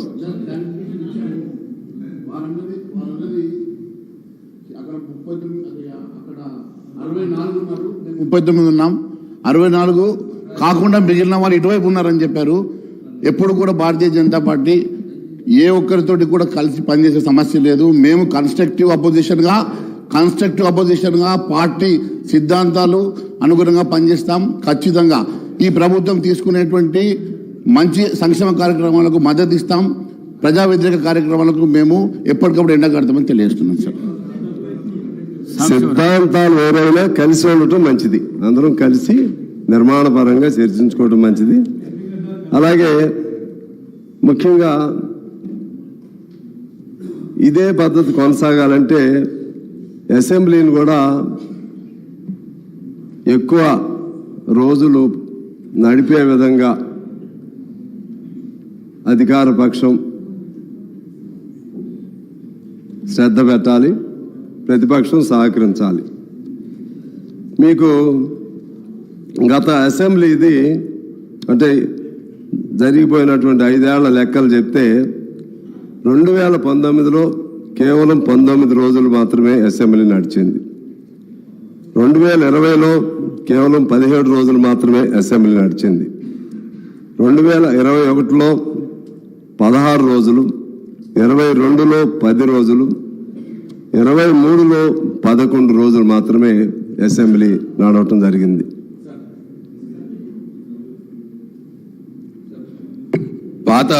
పాత అసెంబ్లీ గురించి మాట్లాడినారు కాబట్టి పాత ఎల్ఏ మినిస్టర్ నేనున్నాను. అప్పుడు అసెంబ్లీ ఎన్ని రోజుల కంటే ఎక్కువగా అప్పుడు మేము అవలంబించిన విధానం ఏంటంటే ఎన్ని అవర్స్ జరిగింది, ఎంత కన్స్ట్రక్టివ్ అవర్స్ జరిగింది, ఎంత క్వాలిటేటివ్ అవర్స్ జరిగింది అసెంబ్లీ అన్నదానికే మేము ప్రాముఖ్యతనిచ్చాము అధ్యక్ష. ప్రతిరోజు 12 గంటలు వర్కింగ్ అవర్స్, 13 గంటలు వర్కింగ్ అవర్స్ కూడా జరిగిన రోజులు చాలా రోజులు ఉన్నాయి. అన్ని పద్ధతుల మీద చర్చలు జరిగినాయి, బడ్జెట్లో మంచి చర్చలు జరిగినాయి. ఎక్కడ కూడా ప్రతిపక్ష నాయకులకు కూడా యాంపుల్ టైం ఇవ్వడం జరిగింది. కాబట్టి దయచేసి ఆ విషయాన్ని పరిగణలో తీసుకోవాల్సిందిగా నేను సిపిఐ సభ్యుడికి మనవి చేస్తా ఉన్నాను. అధ్యక్ష, గౌరవ సభ్యుడు జరిగిన రోజులు చెప్పాడు, సమయం ఏమో చెప్పని. ఇప్పుడు ఎక్కువ జరగాలని కోరడానికి ఎందుకు తొందరపడతారు?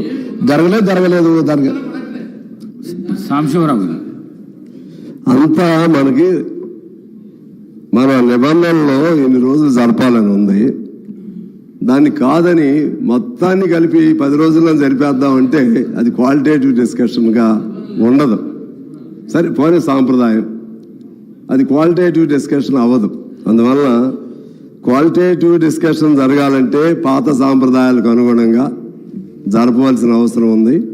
అలాగే చర్చలు కూడా ఇదే పద్ధతిలో జరపాలని నేను కోరుతా ఉన్నాను. ముఖ్యంగా ఈ బడ్జెట్ లేకపోతే ఇటువంటి అంశాలపైన అంతా గెలిటన్ అనేది మనకి అదొక సాంప్రదాయం అయిపోయింది. ఒక్క రోజులోనే మీరు చెప్పారు మా మిత్రులు ప్రశాంత్ గారు, నాకు తెలిసి గత సమావేశంలో టోటల్ బడ్జెట్ పద్దులు అంతా ఒక్క రోజులోనే పూర్తయిపోయినాయి. ఆ విధంగా అయితే okay sir, if I'm wrong I myself will be corrected. ఆలోచన చేయండి అంతే. ఈ విధంగా దీన్ని భవిష్యత్తులో జరగకుండా ఉండే విధంగా చూడాల్సినటువంటి అవసరం ఉందని నేను గుర్తు చేస్తా ఉన్నాను. అలాగే ఇప్పుడు మన అక్బర్ గారు చాలా విషయాలు చెప్పారు. ముఖ్యంగా 6 గ్యారంటీస్కి సంబంధించి, ఇతర వాగ్దానాలు హామీలకు సంబంధించి దీన్ని how to meet such expenditure, you have to explain like that. He put several questions to the newly formed government. నేను అంటున్నాను, if at all, if one should have willpower, determination, dedication, definitely one can fulfill all those things. We should take late YS Rajశేఖర Reddy garu as an example. He promised several things regarding Arogyasri, free scholarship and houses to the saturation point, this pensions, ration cards, what not. He promised several projects, several things, but ultimately he could achieve. ఆ విధంగా ఎవరు ఊహించాల ఏది మన జల యజ్ఞం, మరి ఎట్లా వచ్చింది డబ్బులు, ఎలా సాధించారు డబ్బులు? అందుకని provided one should have, if one should have such willpower and plan of action and commitment and determination towards the cause, definitely you can achieve. I hope that you will achieve whatever promises you made in the poll manifesto or something like that.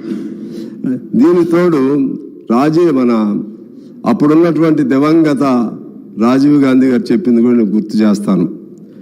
డబ్బు అనేది ఇవాళ పెద్ద సమస్య కాదు నాకు తెలిసి.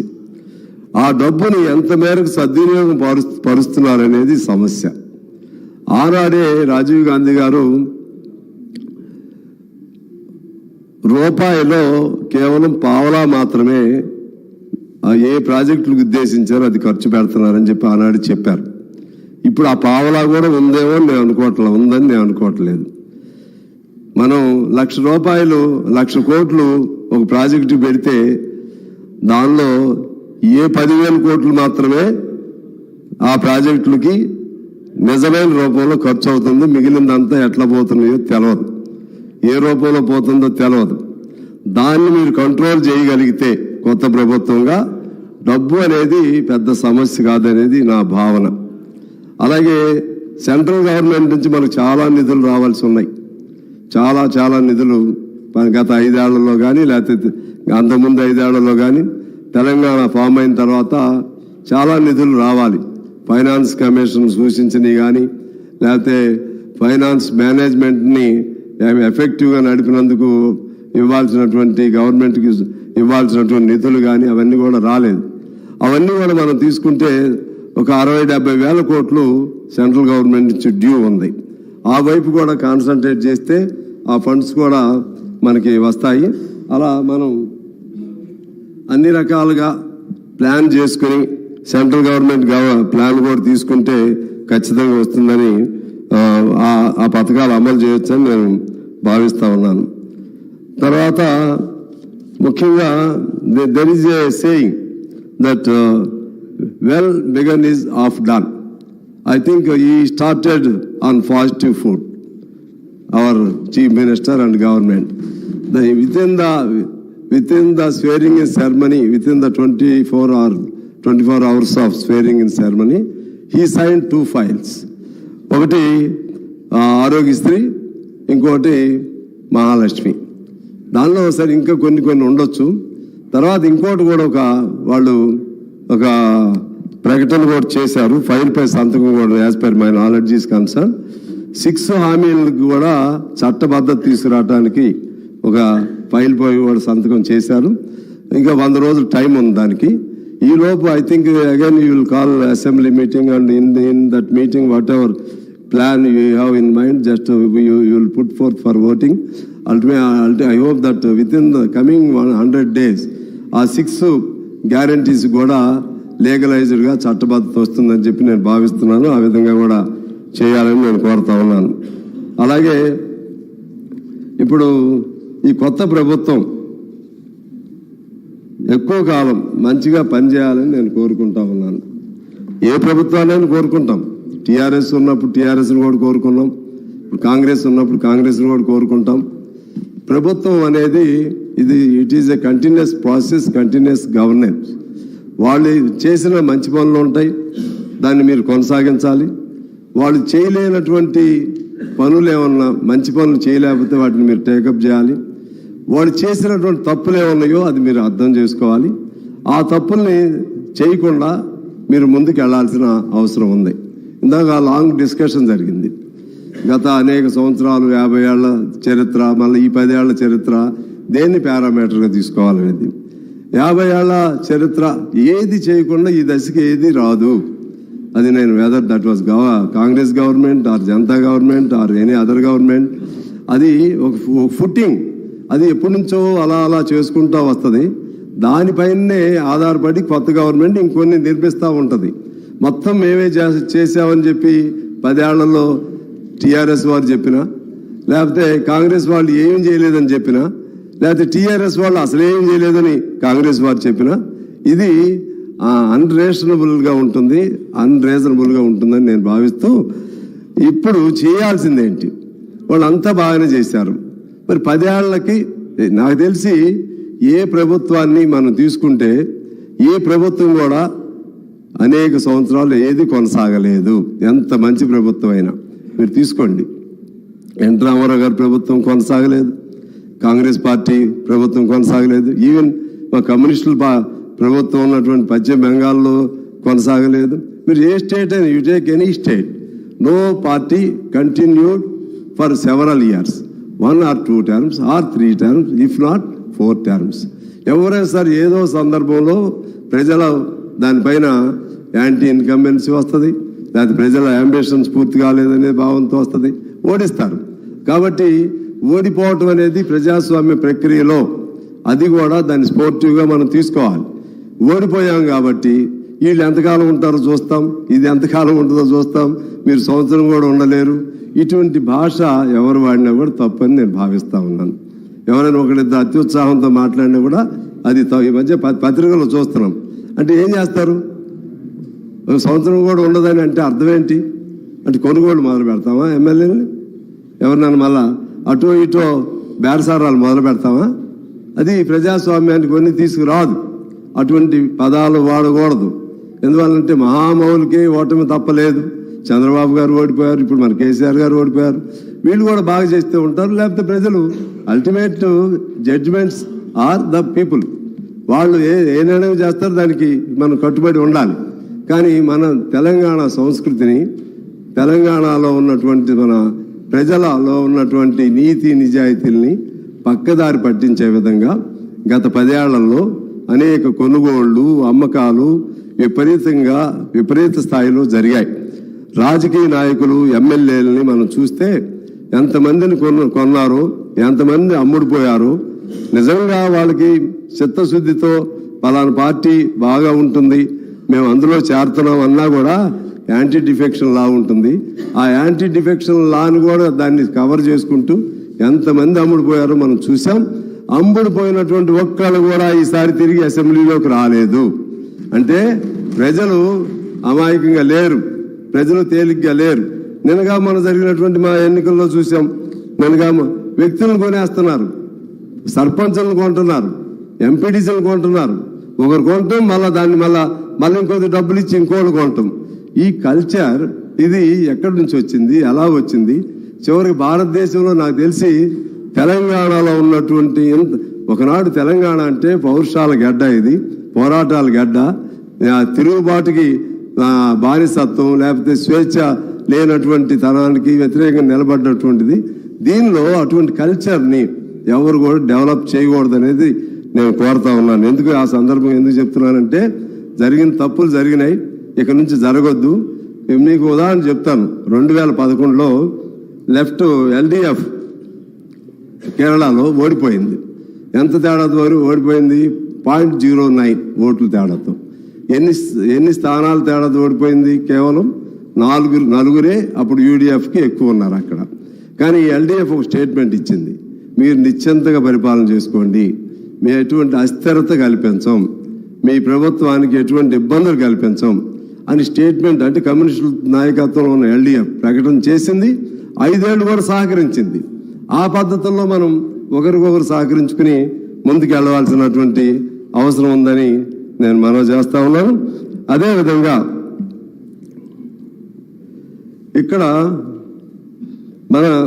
ఇక్కడ జరిగినటువంటి ముఖ్యంగా కొత్త ప్రభుత్వం కొన్ని పాత వాటి నుంచి అనుభవాలు తీసుకోవాలి. మీకేం కోపం రావద్దు, ఎందుకంటే మేము కూడా మీతో సహచర్యం కొంతకాలం చేశాం, కోపం రావాల్సిన పని లేదు. ఎందుకు ఫెయిల్ అయ్యారు అనేది మీరు విమర్శ ఎట్లయినా ఆత్మవిమర్శ చేసుకుంటారు. సహజంగా 2 సార్లు చేశారు. వాళ్ళు ఎందుకు ఫెయిల్ అయ్యారు అనేది మీరు జాగ్రత్త తీసుకోవాలి. ఆ తప్పులు జరగకుండా చూసుకోవాలి. ఆ తప్పులుగా చూడాలంటే నేను కొన్ని పాయింట్స్ రాశాను. ఒకటి, మొదటి తప్పు ఎమ్మెల్యేలను కొనుగోలు చేయటం. కొనుగోలు చేయండి, లేకపోతే ఏ పేరుతో అయినా కానీ మీరు మళ్ళీ ఇప్పుడు నా సమాధానం చెప్పకండి, మళ్ళీ మాట్లాడదురు. పోనీ ఒకవేళ I take back my word, కానీ ప్రజలు అలా అనుకుంటున్నారు. పార్టీలు మారను, ఏదైనా కానివ్వండి, తప్పు అది జరిగింది. అది దాంతో ప్రజల్లో బాగా నెగటివ్ ఇది వచ్చింది. రెండోది, పోనీ అయారం గయారం. రెండోది స్వేచ్ఛ. ప్రజాస్వామ్యం అంటే స్వేచ్ఛ, అదేవిధంగా సమానత్వం, లేకపోతే వాక్ స్వాతంత్రం, భావ స్వాతంత్ర్యం, ఇవన్నిటితో కూడినటువంటిది ప్రజాస్వామ్యం. మనం ఉద్యమ పార్టీగా మీరు అధికారంలోకి వచ్చారు. టిఆర్ఎస్ వారు ఉద్యమ పార్టీగా అధికారంలోకి వచ్చారు. ఆనాడు తెలంగాణ ఉద్యమాన్ని ముందుకు తీసుకెళ్లడంలో కేసీఆర్ గారి రోల్ అద్భుతమైనటువంటి రోల్. మేము వీ సపోర్టెడ్ దట్ మూమెంట్. నేను కూడా అప్పుడు ఎమ్మెల్యేగా ఉండి కేసీఆర్ గారిని ఖమ్మంలో తీసుకొచ్చినప్పుడు I was the lone MLA who went there and who consoled him and who tried to bring him from the hospital to the street. ఆ విధంగా నేను ప్రయత్నం చేశాను. ఆయన జైల్లో పెడితే నేను వెళ్ళాను. నేను 500 కిలోమీటర్లు పాదయాత్ర చేశాం. అప్పుడు తెలంగాణ ఖమ్మంలో లేదు. 7 రోజులు ఇండెఫినెట్ హంగర్ స్ట్రైక్ చేశా. 7 రోజులు ఇండెఫినెట్ హంగర్ ఎవరిని పెట్టారు? ఫస్ట్ ఖమ్మం జైల్లో తీసుకొచ్చి, నాకు తెలుసండి, నాకు తెలుసు ప్రభాకర్ గారు, ఫస్ట్ అక్కడికి తీసుకొచ్చారు. అక్కడి నుంచి తీసుకొచ్చి హాస్పిటల్కి తీసుకొచ్చారు. జైల్లో ఒక రోజు ఉంచారు. అక్కడి నుంచి మరుసటి రోజు హాస్పిటల్కి తీసుకొచ్చారు. నాకు తెలుసు. అవును, ఫస్ట్ మేము వెళ్ళామండి, పువ్వాడ గారు నేను ఇద్దరం వెళ్ళాము. తీసుకొచ్చి అక్కడి నుంచి తీసుకొచ్చారులేండి, తెలుసు అప్పటికి. సరే, ఓకే. అయితే అటువంటి ఆయన పాత్రని మేము ఎప్పుడు కూడా, కాకపోతే ఎవరు చేయలేని పద్ధతుల్లో ఆయన ఉద్యమాన్ని జాగ్రత్తగా నడిపారు. ఆ తర్వాత జరిగిన ఈ 10 ఏళ్ల కాలంలో ఎవరెవరు ఎన్నేసార్లు జైలుకి వెళ్ళారు, ఎవరెవరు ఎన్నేసార్లు హౌస్ అరెస్టులు అయ్యారు, ఇది ఒకసారి మనం తీసుకోవాలి, గమనంలో తీసుకోవాలి.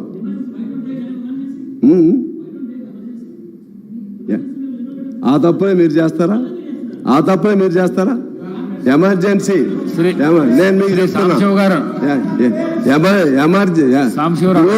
నేను మీతోనే మాట్లాడతాను. I will straightly talk to you sir. ఎమర్జెన్సీలో తప్పులు చేస్తే ఆ తప్పులు మనం చేయాలా? అప్పుడు ఏం తప్పులు చేస్తారో ఆ తప్పులు మనం చేస్తామా? ఇప్పుడు కాంగ్రెస్ పార్టీ కొన్ని తప్పులు చేసింది, అందుకనే కదా వారు కూడా అందులో నుంచి కూడా తిరగబడి ఆ తప్పులు సరిదిద్దుకోవడానికే సోనియా గాంధీ గారు తెలంగాణ ఇవ్వడానికి సంసిద్ధురాలయ్యారు. ఆ తప్పులంటే ఉమ్మడి రాష్ట్రంలో జరిగినటువంటి కొన్ని తప్పులు ఉన్నాయి, కొన్ని మంచి పనులు కూడా ఉన్నాయి. మనం అవి చేయొద్దు కదా. ఇప్పుడు కూడా నేను ఏం చెప్తున్నానంటే, అవి ఏమైనా చేయొద్దని చెప్పడానికి సూచనగా, సలహాలుగా నేను చెప్తున్నాను. ఎందువల్లంటే, సార్ మీరు అంగీకరించకపోతే నేనేం చేయలేను. నేను వ్యక్తిగతంగా ఏం మాట్లాడట్లేదు. కోదండరావు గారిని ఎన్నిసార్లు హౌస్ అరెస్ట్ చేశారు చెప్పండి? ఇదే రేవంత్ రెడ్డి గారిని ఎన్నిసార్లు హౌస్ అరెస్ట్ చేశారు చెప్పండి? మేము మీకు సపోర్ట్ ఉన్నప్పుడు కూడా ఎవరైనా మంత్రి వస్తుంటే, ఏదైనా ప్రాంతానికి ఎవరైనా వస్తుంటే మమ్మల్ని అందరిని కూడా ఎన్నిసార్లు అరెస్ట్ చేశారు. మేము సపోర్ట్ ఉన్నప్పుడు కూడా మేము మంచి ఉద్దేశంగా కూడా చెప్పాం, ఇది మంచి పద్ధతి కాదని కూడా చెప్పాం. ఇలా చేసుకుంటా పోతే ప్రజల్లో నువ్వు బంగారం పెట్టు, బంగారంతో కూడినటువంటి లేకపోతే పంచభక్ష పరిమాణాలు పెట్టు, హంస తూలికా తల్పాలను ఏర్పాటు చేయి, నువ్వు ఎంతైనా చేయి, స్వేచ్ఛ లేనటువంటి మానవ జీవితాన్ని ఎవడు అంగీకరించడు. తెలంగాణలో అసలే అంగీకరించడు. తెలంగాణ అస్తిత్వం, ఆవిర్భావం మొత్తం కూడా అటువంటి తిరుగుబాటులో నుంచే వచ్చిందని నేను మీకు మనవి చేస్తున్నాను. ఆనాడు 48లో 45 నుంచి 52 వరకు జరిగినటువంటి ఆనాటి ఉద్యమం కూడా ఆ విధంగా తిరుగుబాటు ద్వారానే వచ్చింది. అయినా కూడా పాతయన్నీ మర్చిపోయి మరలా మనం ఇది శాశ్వతం అనుకుని, ఈ అధికారం శాశ్వతం అనుకుని ఎవరు కూడా చేయటం తప్పు అనేది, ఆ జాగ్రత్త తీసుకోమని నేను మీకు మనవి చేస్తా ఉన్నాను. ఎందుకంటే రేవంత్ గారు లోపల ఉన్నాడు, మీరు మన ప్రభాకర్ గారు మీరు అందరూ లోపల ఉన్నారు, మేమందరం కూడా లోపల ఉన్నాం. ఇలా ఉండే పరిస్థితి రాకుండా స్వేచ్ఛా వాయువులతో కూడినటువంటి స్వచ్ఛమైనటువంటి సమానత్వంతో కూడినటువంటి స్వేచ్ఛా తెలంగాణ మనకు కావాలి. ఆ విధంగా ఉంటే మీరు మీ హామీలు కొన్ని ఫెయిల్ అయినా సరే వాళ్ళకి వెంటిలేట్ చేయాలి, వాళ్ళు మాట్లాడి ఇది మీకు చెప్పాం, చేస్తా ఉన్నాం, చేయలేకపోయాం, ఇది చేయలేకపోయాం, ఇది ఈ ఇబ్బందులు ఉన్నాయి, మరలా చేస్తాం, మాట్లాడాలి కదా.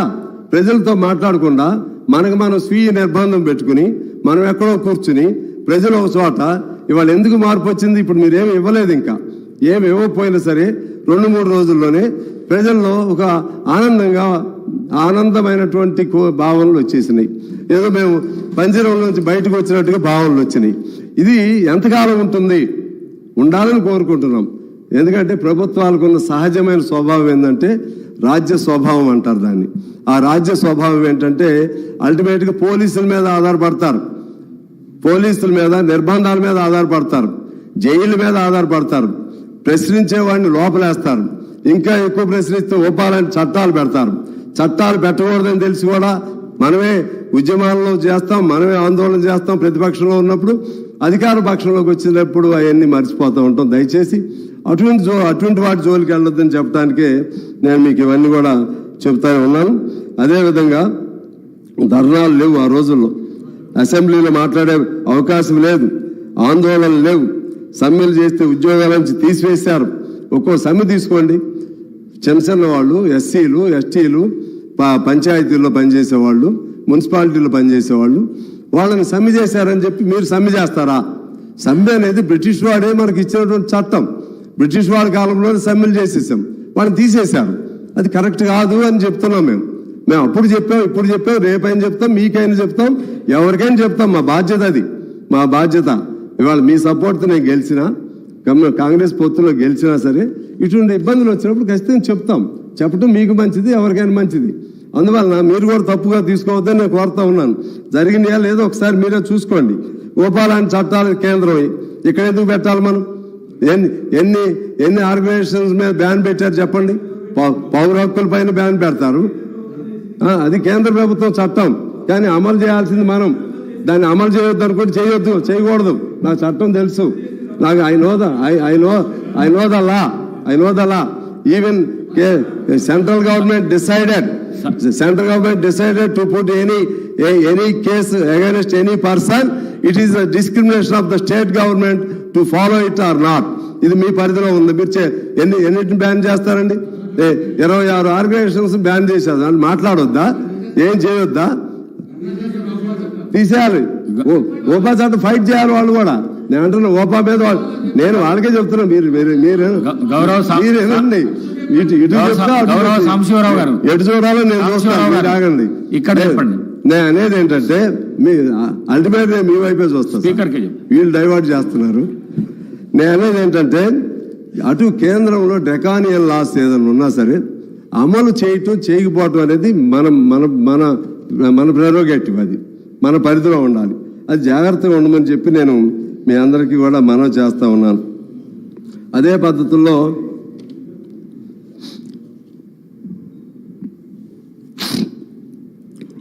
ఇంకా కొన్ని కేసీఆర్ గారిని చూస్తే బాధేస్తుంది. ఎందుకంటే ఆయన చాలా విజన్ ఉన్న నాయకుడు, అందులో తప్పులేదు. ఏదైనా సరే తలుచుకుంటే చేయగలుగుతాడు, వద్దనుకుంటే చేయకుండా కూడా ఉండగలుగుతాడు. ఈయన అంత తెలియగలిగిన వాళ్ళు అన్ని వాగ్దానాలు ఎందుకు చేశారు, ఎందుకు చేయాలి? ఇప్పుడు మీకు వచ్చిన ప్రాబ్లమే. మరి మా అక్బర్ గారు, I don't think that whether you have asked during the rule of the KCR when he promised about several things, like just like 3 acres for every Dalit family, 3 acres for every Girijan family, and 2 bedrooms for everyone, one employee from every household. Okay. గౌరవ సభ్యులు సాంబశివరావు గారు. Okay, మాట్లాడండి, పర్లేదు. కాంగ్రెస్ పార్టీకి మిత్రపక్షం అయితే సంతోషం. కాంగ్రెస్ పార్టీకి అనుకూలంగా మీరు మాట్లాడండి, మేము కాదనన్నాము. ఎందుకంటే మీరు కలిసే పోటీ చేసినట్టు తప్పులేదు. కానీ ప్రతి ఇంటికి ఉద్యోగం ఇస్తామని ఎక్కడన్నా చెప్పినాము? మా మేనిఫెస్టోలో ఉందా? నేను ఐ ఛాలెంజ్ ఎవరన్నా ఎక్కడన్నా మేము ప్రతి ఇంటికి ఉద్యోగం ఇస్తామని స్పీచ్లో కానీ మేనిఫెస్టోలో కానీ మేము ఎక్కడన్నా చెప్పుంటే చూపియండి. నేను I'm ready for the challenge. కానీ ఎందుకంటే అంటే అనవసరంగా ఇట్లా స్వీపింగ్ రిమార్క్స్ గతంలోనే ఎన్నికల టైంలో ఇదే కాంగ్రెస్ పార్టీ నాయకులు బయట చేసినారంటే సరే, బయట చేసినారు, రాజకీయాల కోసం మాట్లాడి ఉండొచ్చు. కానీ సభలో మీరు అట్లా గౌరవనీయులైనటువంటి ఇంత అనుభవజ్ఞులైనటువంటి సాంబశివరావు గారు మాట్లాడడం కరెక్ట్ కాదు. మీరు గవర్నర్ ప్రసంగం మీద మాట్లాడండి, కానీ అక్బరుద్దీన్ ఓవైసీ గారిని ప్రశ్నించడం, ఇంకొకరిని ప్రశ్నించడం సరి అయింది కూడా కాదు. You please speak on the governor speech, అంతే తప్ప మీరు ఇంకొకరిని ప్రశ్నించడము, స్వీపింగ్ రిమార్క్స్ చేయడము, మేము చెప్పని దాన్ని చెప్పినట్టుగా మాట్లాడడం అనేటువంటిది మీ వయసుకు మీ అనుభవానికి తగింది కాదు. Sir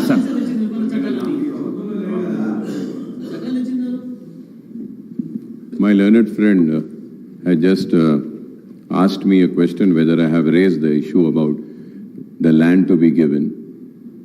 Honorable, my dear friend is not there. Sridhar Babu and Bhatti Vikrama. Madam is there. Sitaka is here.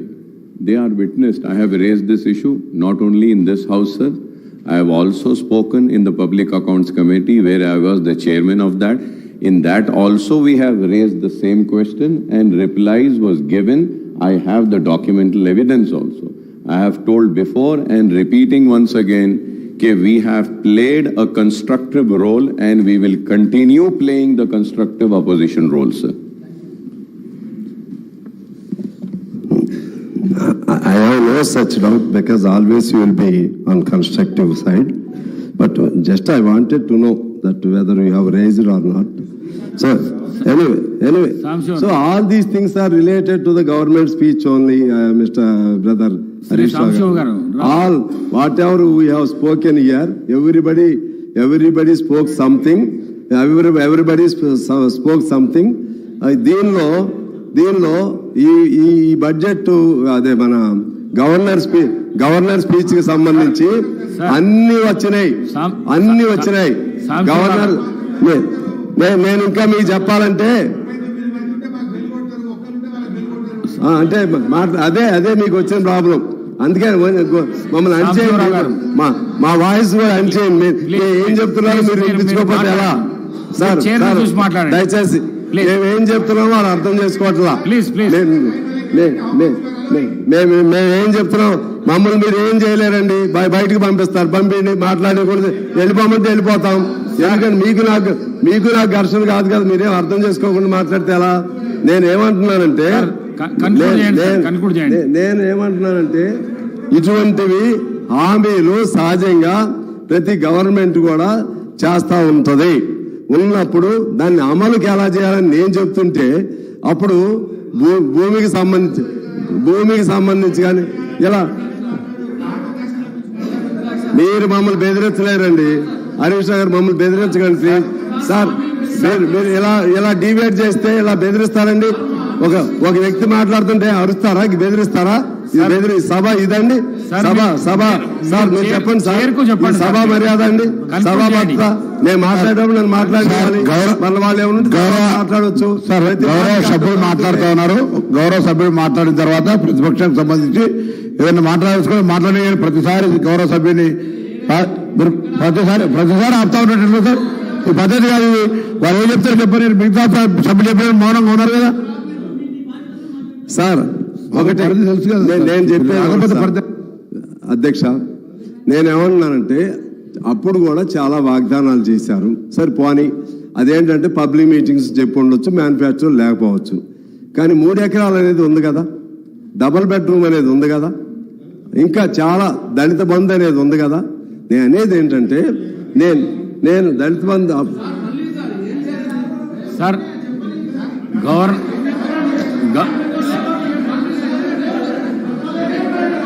Prashanth Reddy గారు ప్లీజ్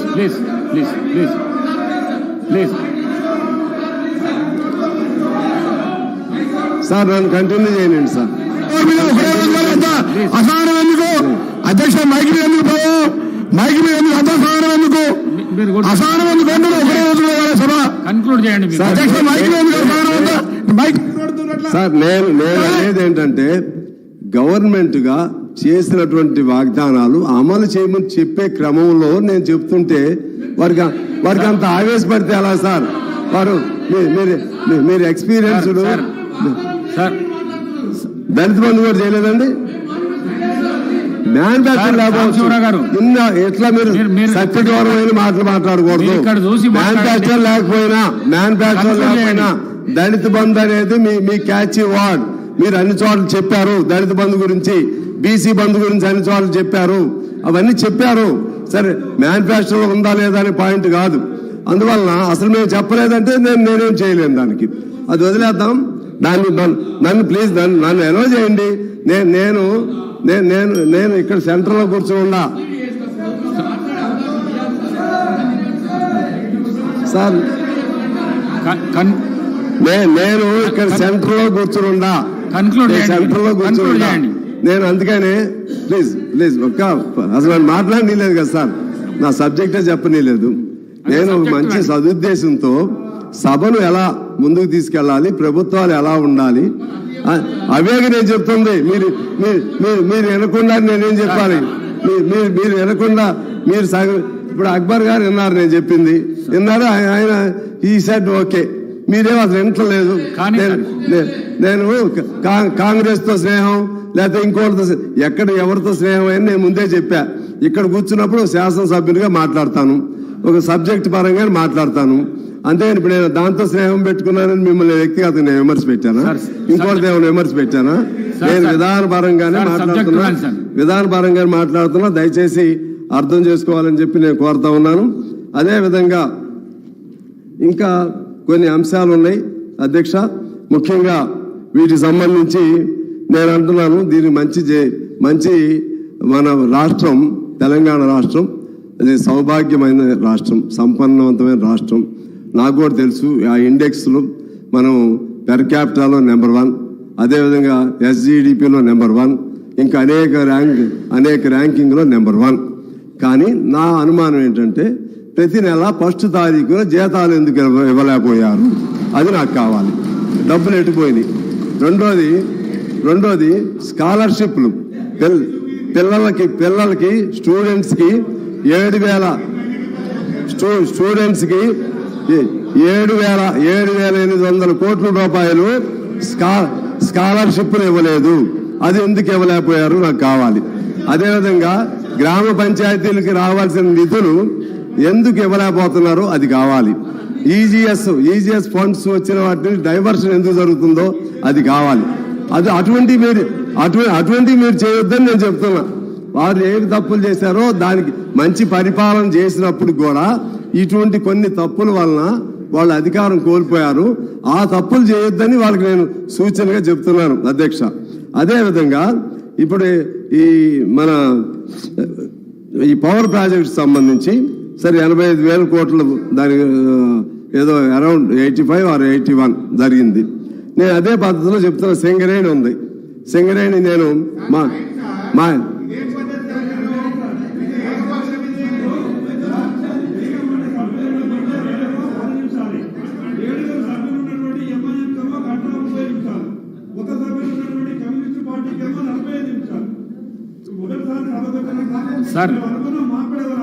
సార్ సాంశివరావు గారు సార్ ఎందుకు సార్ నేను ఒక్కనే కదా, నా మీద ఎందుకు మీకు అంత కోపం? ఎందుకు నా మీద ఎందుకు అంత కోపం? మాట్లాడి సార్ నన్ను అది మాట్లాడలేదు. మా మిత్రులు, మా మాజీ మిత్రులు, ప్రస్తుత మిత్రులు, భవిష్యత్ మిత్రులు నన్ను అసలు మాట్లాడినారు. ఓకే సరే, బ్రీఫ్ గా just I will conclude with in short time. సరే, ఒకటి సింగరేణికి సంబంధించి దాదాపు 40,000-50,000 కోట్లు డైవర్ట్ అయింది. సింగరేణి ఫండ్స్ ని ఎక్కడెక్కడో తీసుకెళ్లి పెడుతున్నారు. దాన్ని మీ దృష్టికి తీసుకుని వస్తున్నాను. అదే పద్ధతుల్లో ఇప్పుడు మిమ్మల్ని కోరేది ఏంటంటే ఈ అవుట్ సోర్సింగ్ అలాగే కాంట్రాక్ట్ కార్మికుల వ్యవస్థ లేకుండా చేస్తామని చెప్పారు. దయచేసి కొత్త గవర్నమెంట్ దానిపైన ఆలోచన చేసి అటువంటి ఆ వ్యవస్థని రద్దు చేయటానికి నాకు తెలిసి మన CNMD గారితో గౌరవ ఉప ముఖ్యమంత్రి గారు ఆయన CNMD గారు సింగరేణితో మాట్లాడితే వేతనాలు పెరుగుతున్నాయి కాబట్టి మేము అవుట్ సోర్సింగ్ పెడుతున్నామని చెప్పారు. నాకు తెలిసింది వేతనాలు పెరుగుతున్నాయని కోర్ మెటీరియల్ని అసలు ఎప్పుడు కూడా లోపల కోర్లు తీసే దానిలో ప్రైవేట్ వాళ్ళని అవుట్ సోర్సింగ్ వాళ్ళని పెట్టకూడదు. ఇవాళ కేవలం లాభాల కోసం సింగరేణిని ఆ విధంగా ఒకనాడు 130,000 మంది, తెలంగాణ వచ్చినప్పుడు 60,000 మంది, ఇవాళ 30,000 మంది దిగిపోయారు. మన ఆంధ్రప్రదేశ్లో లేకపోతే ప్రస్తుత తెలంగాణలో లేకపోతే మొత్తం సదరన్ స్టేట్స్లోనే ఒక మొదటి గొప్ప ప్రాజెక్ట్ ఏదైనా ఉంటే సింగరేణి, దాన్ని పరిరక్షించుకోవడానికి ఈ కొత్త ప్రభుత్వం ప్రాధాన్యత ఇవ్వాలని చెప్పి నేను కోరుతా ఉన్నాను. అలాగే ఇవాళ ఆశ, ఏఎన్ఎం, మధ్యాహ్న వర్కర్లు, హమాలీలు, ఆటోలు కూడా వాళ్ళు ఏదో యాడ్ స్టేషన్లో వస్తున్నారు, వాళ్ళ కన్సర్న్ కూడా వినాలి, వాళ్ళ సమస్యలు కూడా పరిష్కారం చేయడానికి ప్రయత్నం చేయాలని కోరుతున్నాను. నిరుద్యోగులకు సంబంధించి ఇవాళ నోటిఫికేషన్ వస్తుంది. ఆ నోటిఫికేషన్లో అప్పుడు సంవత్సరం క్రితం ఇచ్చిన నోటిఫికేషన్ ఇప్పుడు కొత్తగా చాలా మంది కూడా అప్లై చేసుకుంటున్నారు, మళ్ళీ ఎలిజిబిలిటీ వచ్చిన వాళ్ళు ఉన్నారు, వాళ్ళకు కూడా అవకాశం ఇవ్వాలని చెప్పి నేను కోరుతా ఉన్నాను. నిరుద్యోగ వృత్తిది కూడా మీరు ఆలోచన చేసి ఇక ఆ ఉద్యోగాలు దొరకనటువంటి వాళ్ళకి ఏదైనా అవకాశం ఇవ్వాలని నేను కోరుతా ఉన్నాను. ఆగిపోయినటువంటి పెన్షన్లు, రేషన్ కార్డుల్ని తక్షణం స్టార్ట్ చేయాలని చెప్పి నేను కోరుతా ఉన్నాను. అలాగే వైద్యానికి సంబంధించి ప్రతి జిల్లా హెడ్ క్వార్టర్లో కూడా డయాలసిస్ సెంటర్స్ లేవు. ఆ విధంగా డయాలసిస్ సెంటర్లు ఉండే విధంగా ప్లాన్ చేయాలని చెప్పి నేను కోరుతున్నాను. మన రైతులకు ఇచ్చేటువంటి రైతు బంధు కానీ ఇటువంటి అంశాల్లో కౌలు రైతులను కూడా ఖచ్చితంగా మీరు పరిగణలో తీసుకోవాలి. కౌలు రైతులకు కూడా రైతులకు ఏమేమి బెనిఫిట్స్ వస్తున్నాయో అవన్నీ కూడా రైతులకు కూడా ఇవ్వాలని, ధరని మార్పులు చేయాలని చెప్పి కోరుతూ, అదేవిధంగా ప్రతి జిల్లా కేంద్రంలో ఒక ఐటీ హబ్ లేకపోతే ఇండస్ట్రియల్ పార్క్ ఇటువంటి ప్రతి జిల్లా, ఇప్పుడు ఎందుకంటే మొత్తం సెంట్రలైజ్డ్ గా డెవలప్మెంట్ జరుగుతుంది హైదరాబాద్ లో, అది జిల్లాలకు కూడా కొంచెం ఎక్స్టెండ్ అయితే బాగుంటుంది. డీసెంట్రలైజ్డ్ డెవలప్మెంట్ ఉంటే బాగుంటుంది. ఆ వైపు కూడా మీరు జాగ్రత్త పడాలని చెప్పి నేను కోరుతూ, హమాలీలు ఇటువంటి అసంఘటిత రంగానికి సంబంధించి ఉద్యోగస్తులకు ఎలా నెలసరి పెన్షన్ వస్తుందో ఆ సిస్టమ్ ఒకటి ఉంది. మాకు అవకాశం ఇస్తే ఒకసారి మేము కలిసి కూర్చుని ప్రతి అసంఘటిత రంగంలో పనిచేసి ప్రతి ఒక్కరికి కూడా ఈ 2,000, 3,000 పెన్షన్ కాకుండా వాళ్ళ పనికి తగ్గటువంటి పెన్షన్ వచ్చే పద్ధతుల్లో ప్లాన్ చేసుకుంటే మీరు చరిత్రలో మిగిలిపోతారని చెప్పి భావిస్తూ, ఆఖరిగా ఈ ఇరిగేషన్ ప్రాజెక్టులకు సంబంధించి మన ఈ దక్షిణ తెలంగాణ పూర్తిగా నిర్లక్ష్యం చేయబడింది. అందులో భాగంగా మా ఖమ్మం జిల్లాకు సంబంధించి సీతారాం ప్రాజెక్టు, దానికి 2005లో అప్పుడు రాజశేఖర రెడ్డి గారు శంకుస్థాపన చేశారు. ఇప్పుడు 2003లోకి వచ్చాం, 18 ఏళ్ళు అయింది. ఇప్పుడు అది పూర్తి అయ్యేట్టు కనపడలేదు. మొన్న జరిగినటువంటి ఒక అధికారులతో కూడినటువంటి సమీక్ష సమావేశంలో మంత్రి గారు, మన ఉత్తమ్ కుమార్ రెడ్డి గారు, భట్టి గారు, శ్రీనివాస్ రెడ్డి గారు, రాజగోపాల్ రెడ్డి గారు, కోమటిరెడ్డి వెంకటరెడ్డి గారు అందరూ ఉన్నారు. నేను కూడా వెళ్ళాను. దానిలో వారు చెప్పింది ఏంటంటే ఇంకా 24 నెలల నుంచి 30 నెలలు పడుతుందని చెప్తున్నారు ఒక్కో ప్రాజెక్ట్కి. అంటే ఇంకా 5 ఏళ్ళైనా కూడా అది పూర్తి కాదు. అందువలన ఆ విధంగా ఆగిపోయినటువంటి ప్రాజెక్టులు ఏమేమి ఉన్నాయో ఫేజ్డ్ మేనర్గా దాన్ని పూర్తి చేసుకుంటూ వాటర్ ఇస్తే కొంత అయినా ఉపయోగం జరుగుతుంది. అలాగే ఇప్పుడు మన నెట్టింబాడు, జోరాల, కలవకుర్తి ఇటువంటి కొద్ది ఖర్చు పెడితే అవన్నీ కూడా పూర్తి అవుతాయి. ఆ విధంగా వాటిపైన కూడా శ్రద్ధ పెట్టాలని కోరుతూ, నాకు ఈ అవకాశం ఇచ్చినందుకు మీకు ధన్యవాదాలు తెలియజేస్తూ, సహకరించిన మా మిత్రులకు కూడా ధన్యవాదాలు తెలియజేస్తూ అందరికీ నమస్కారం. Tea break for 15 minutes.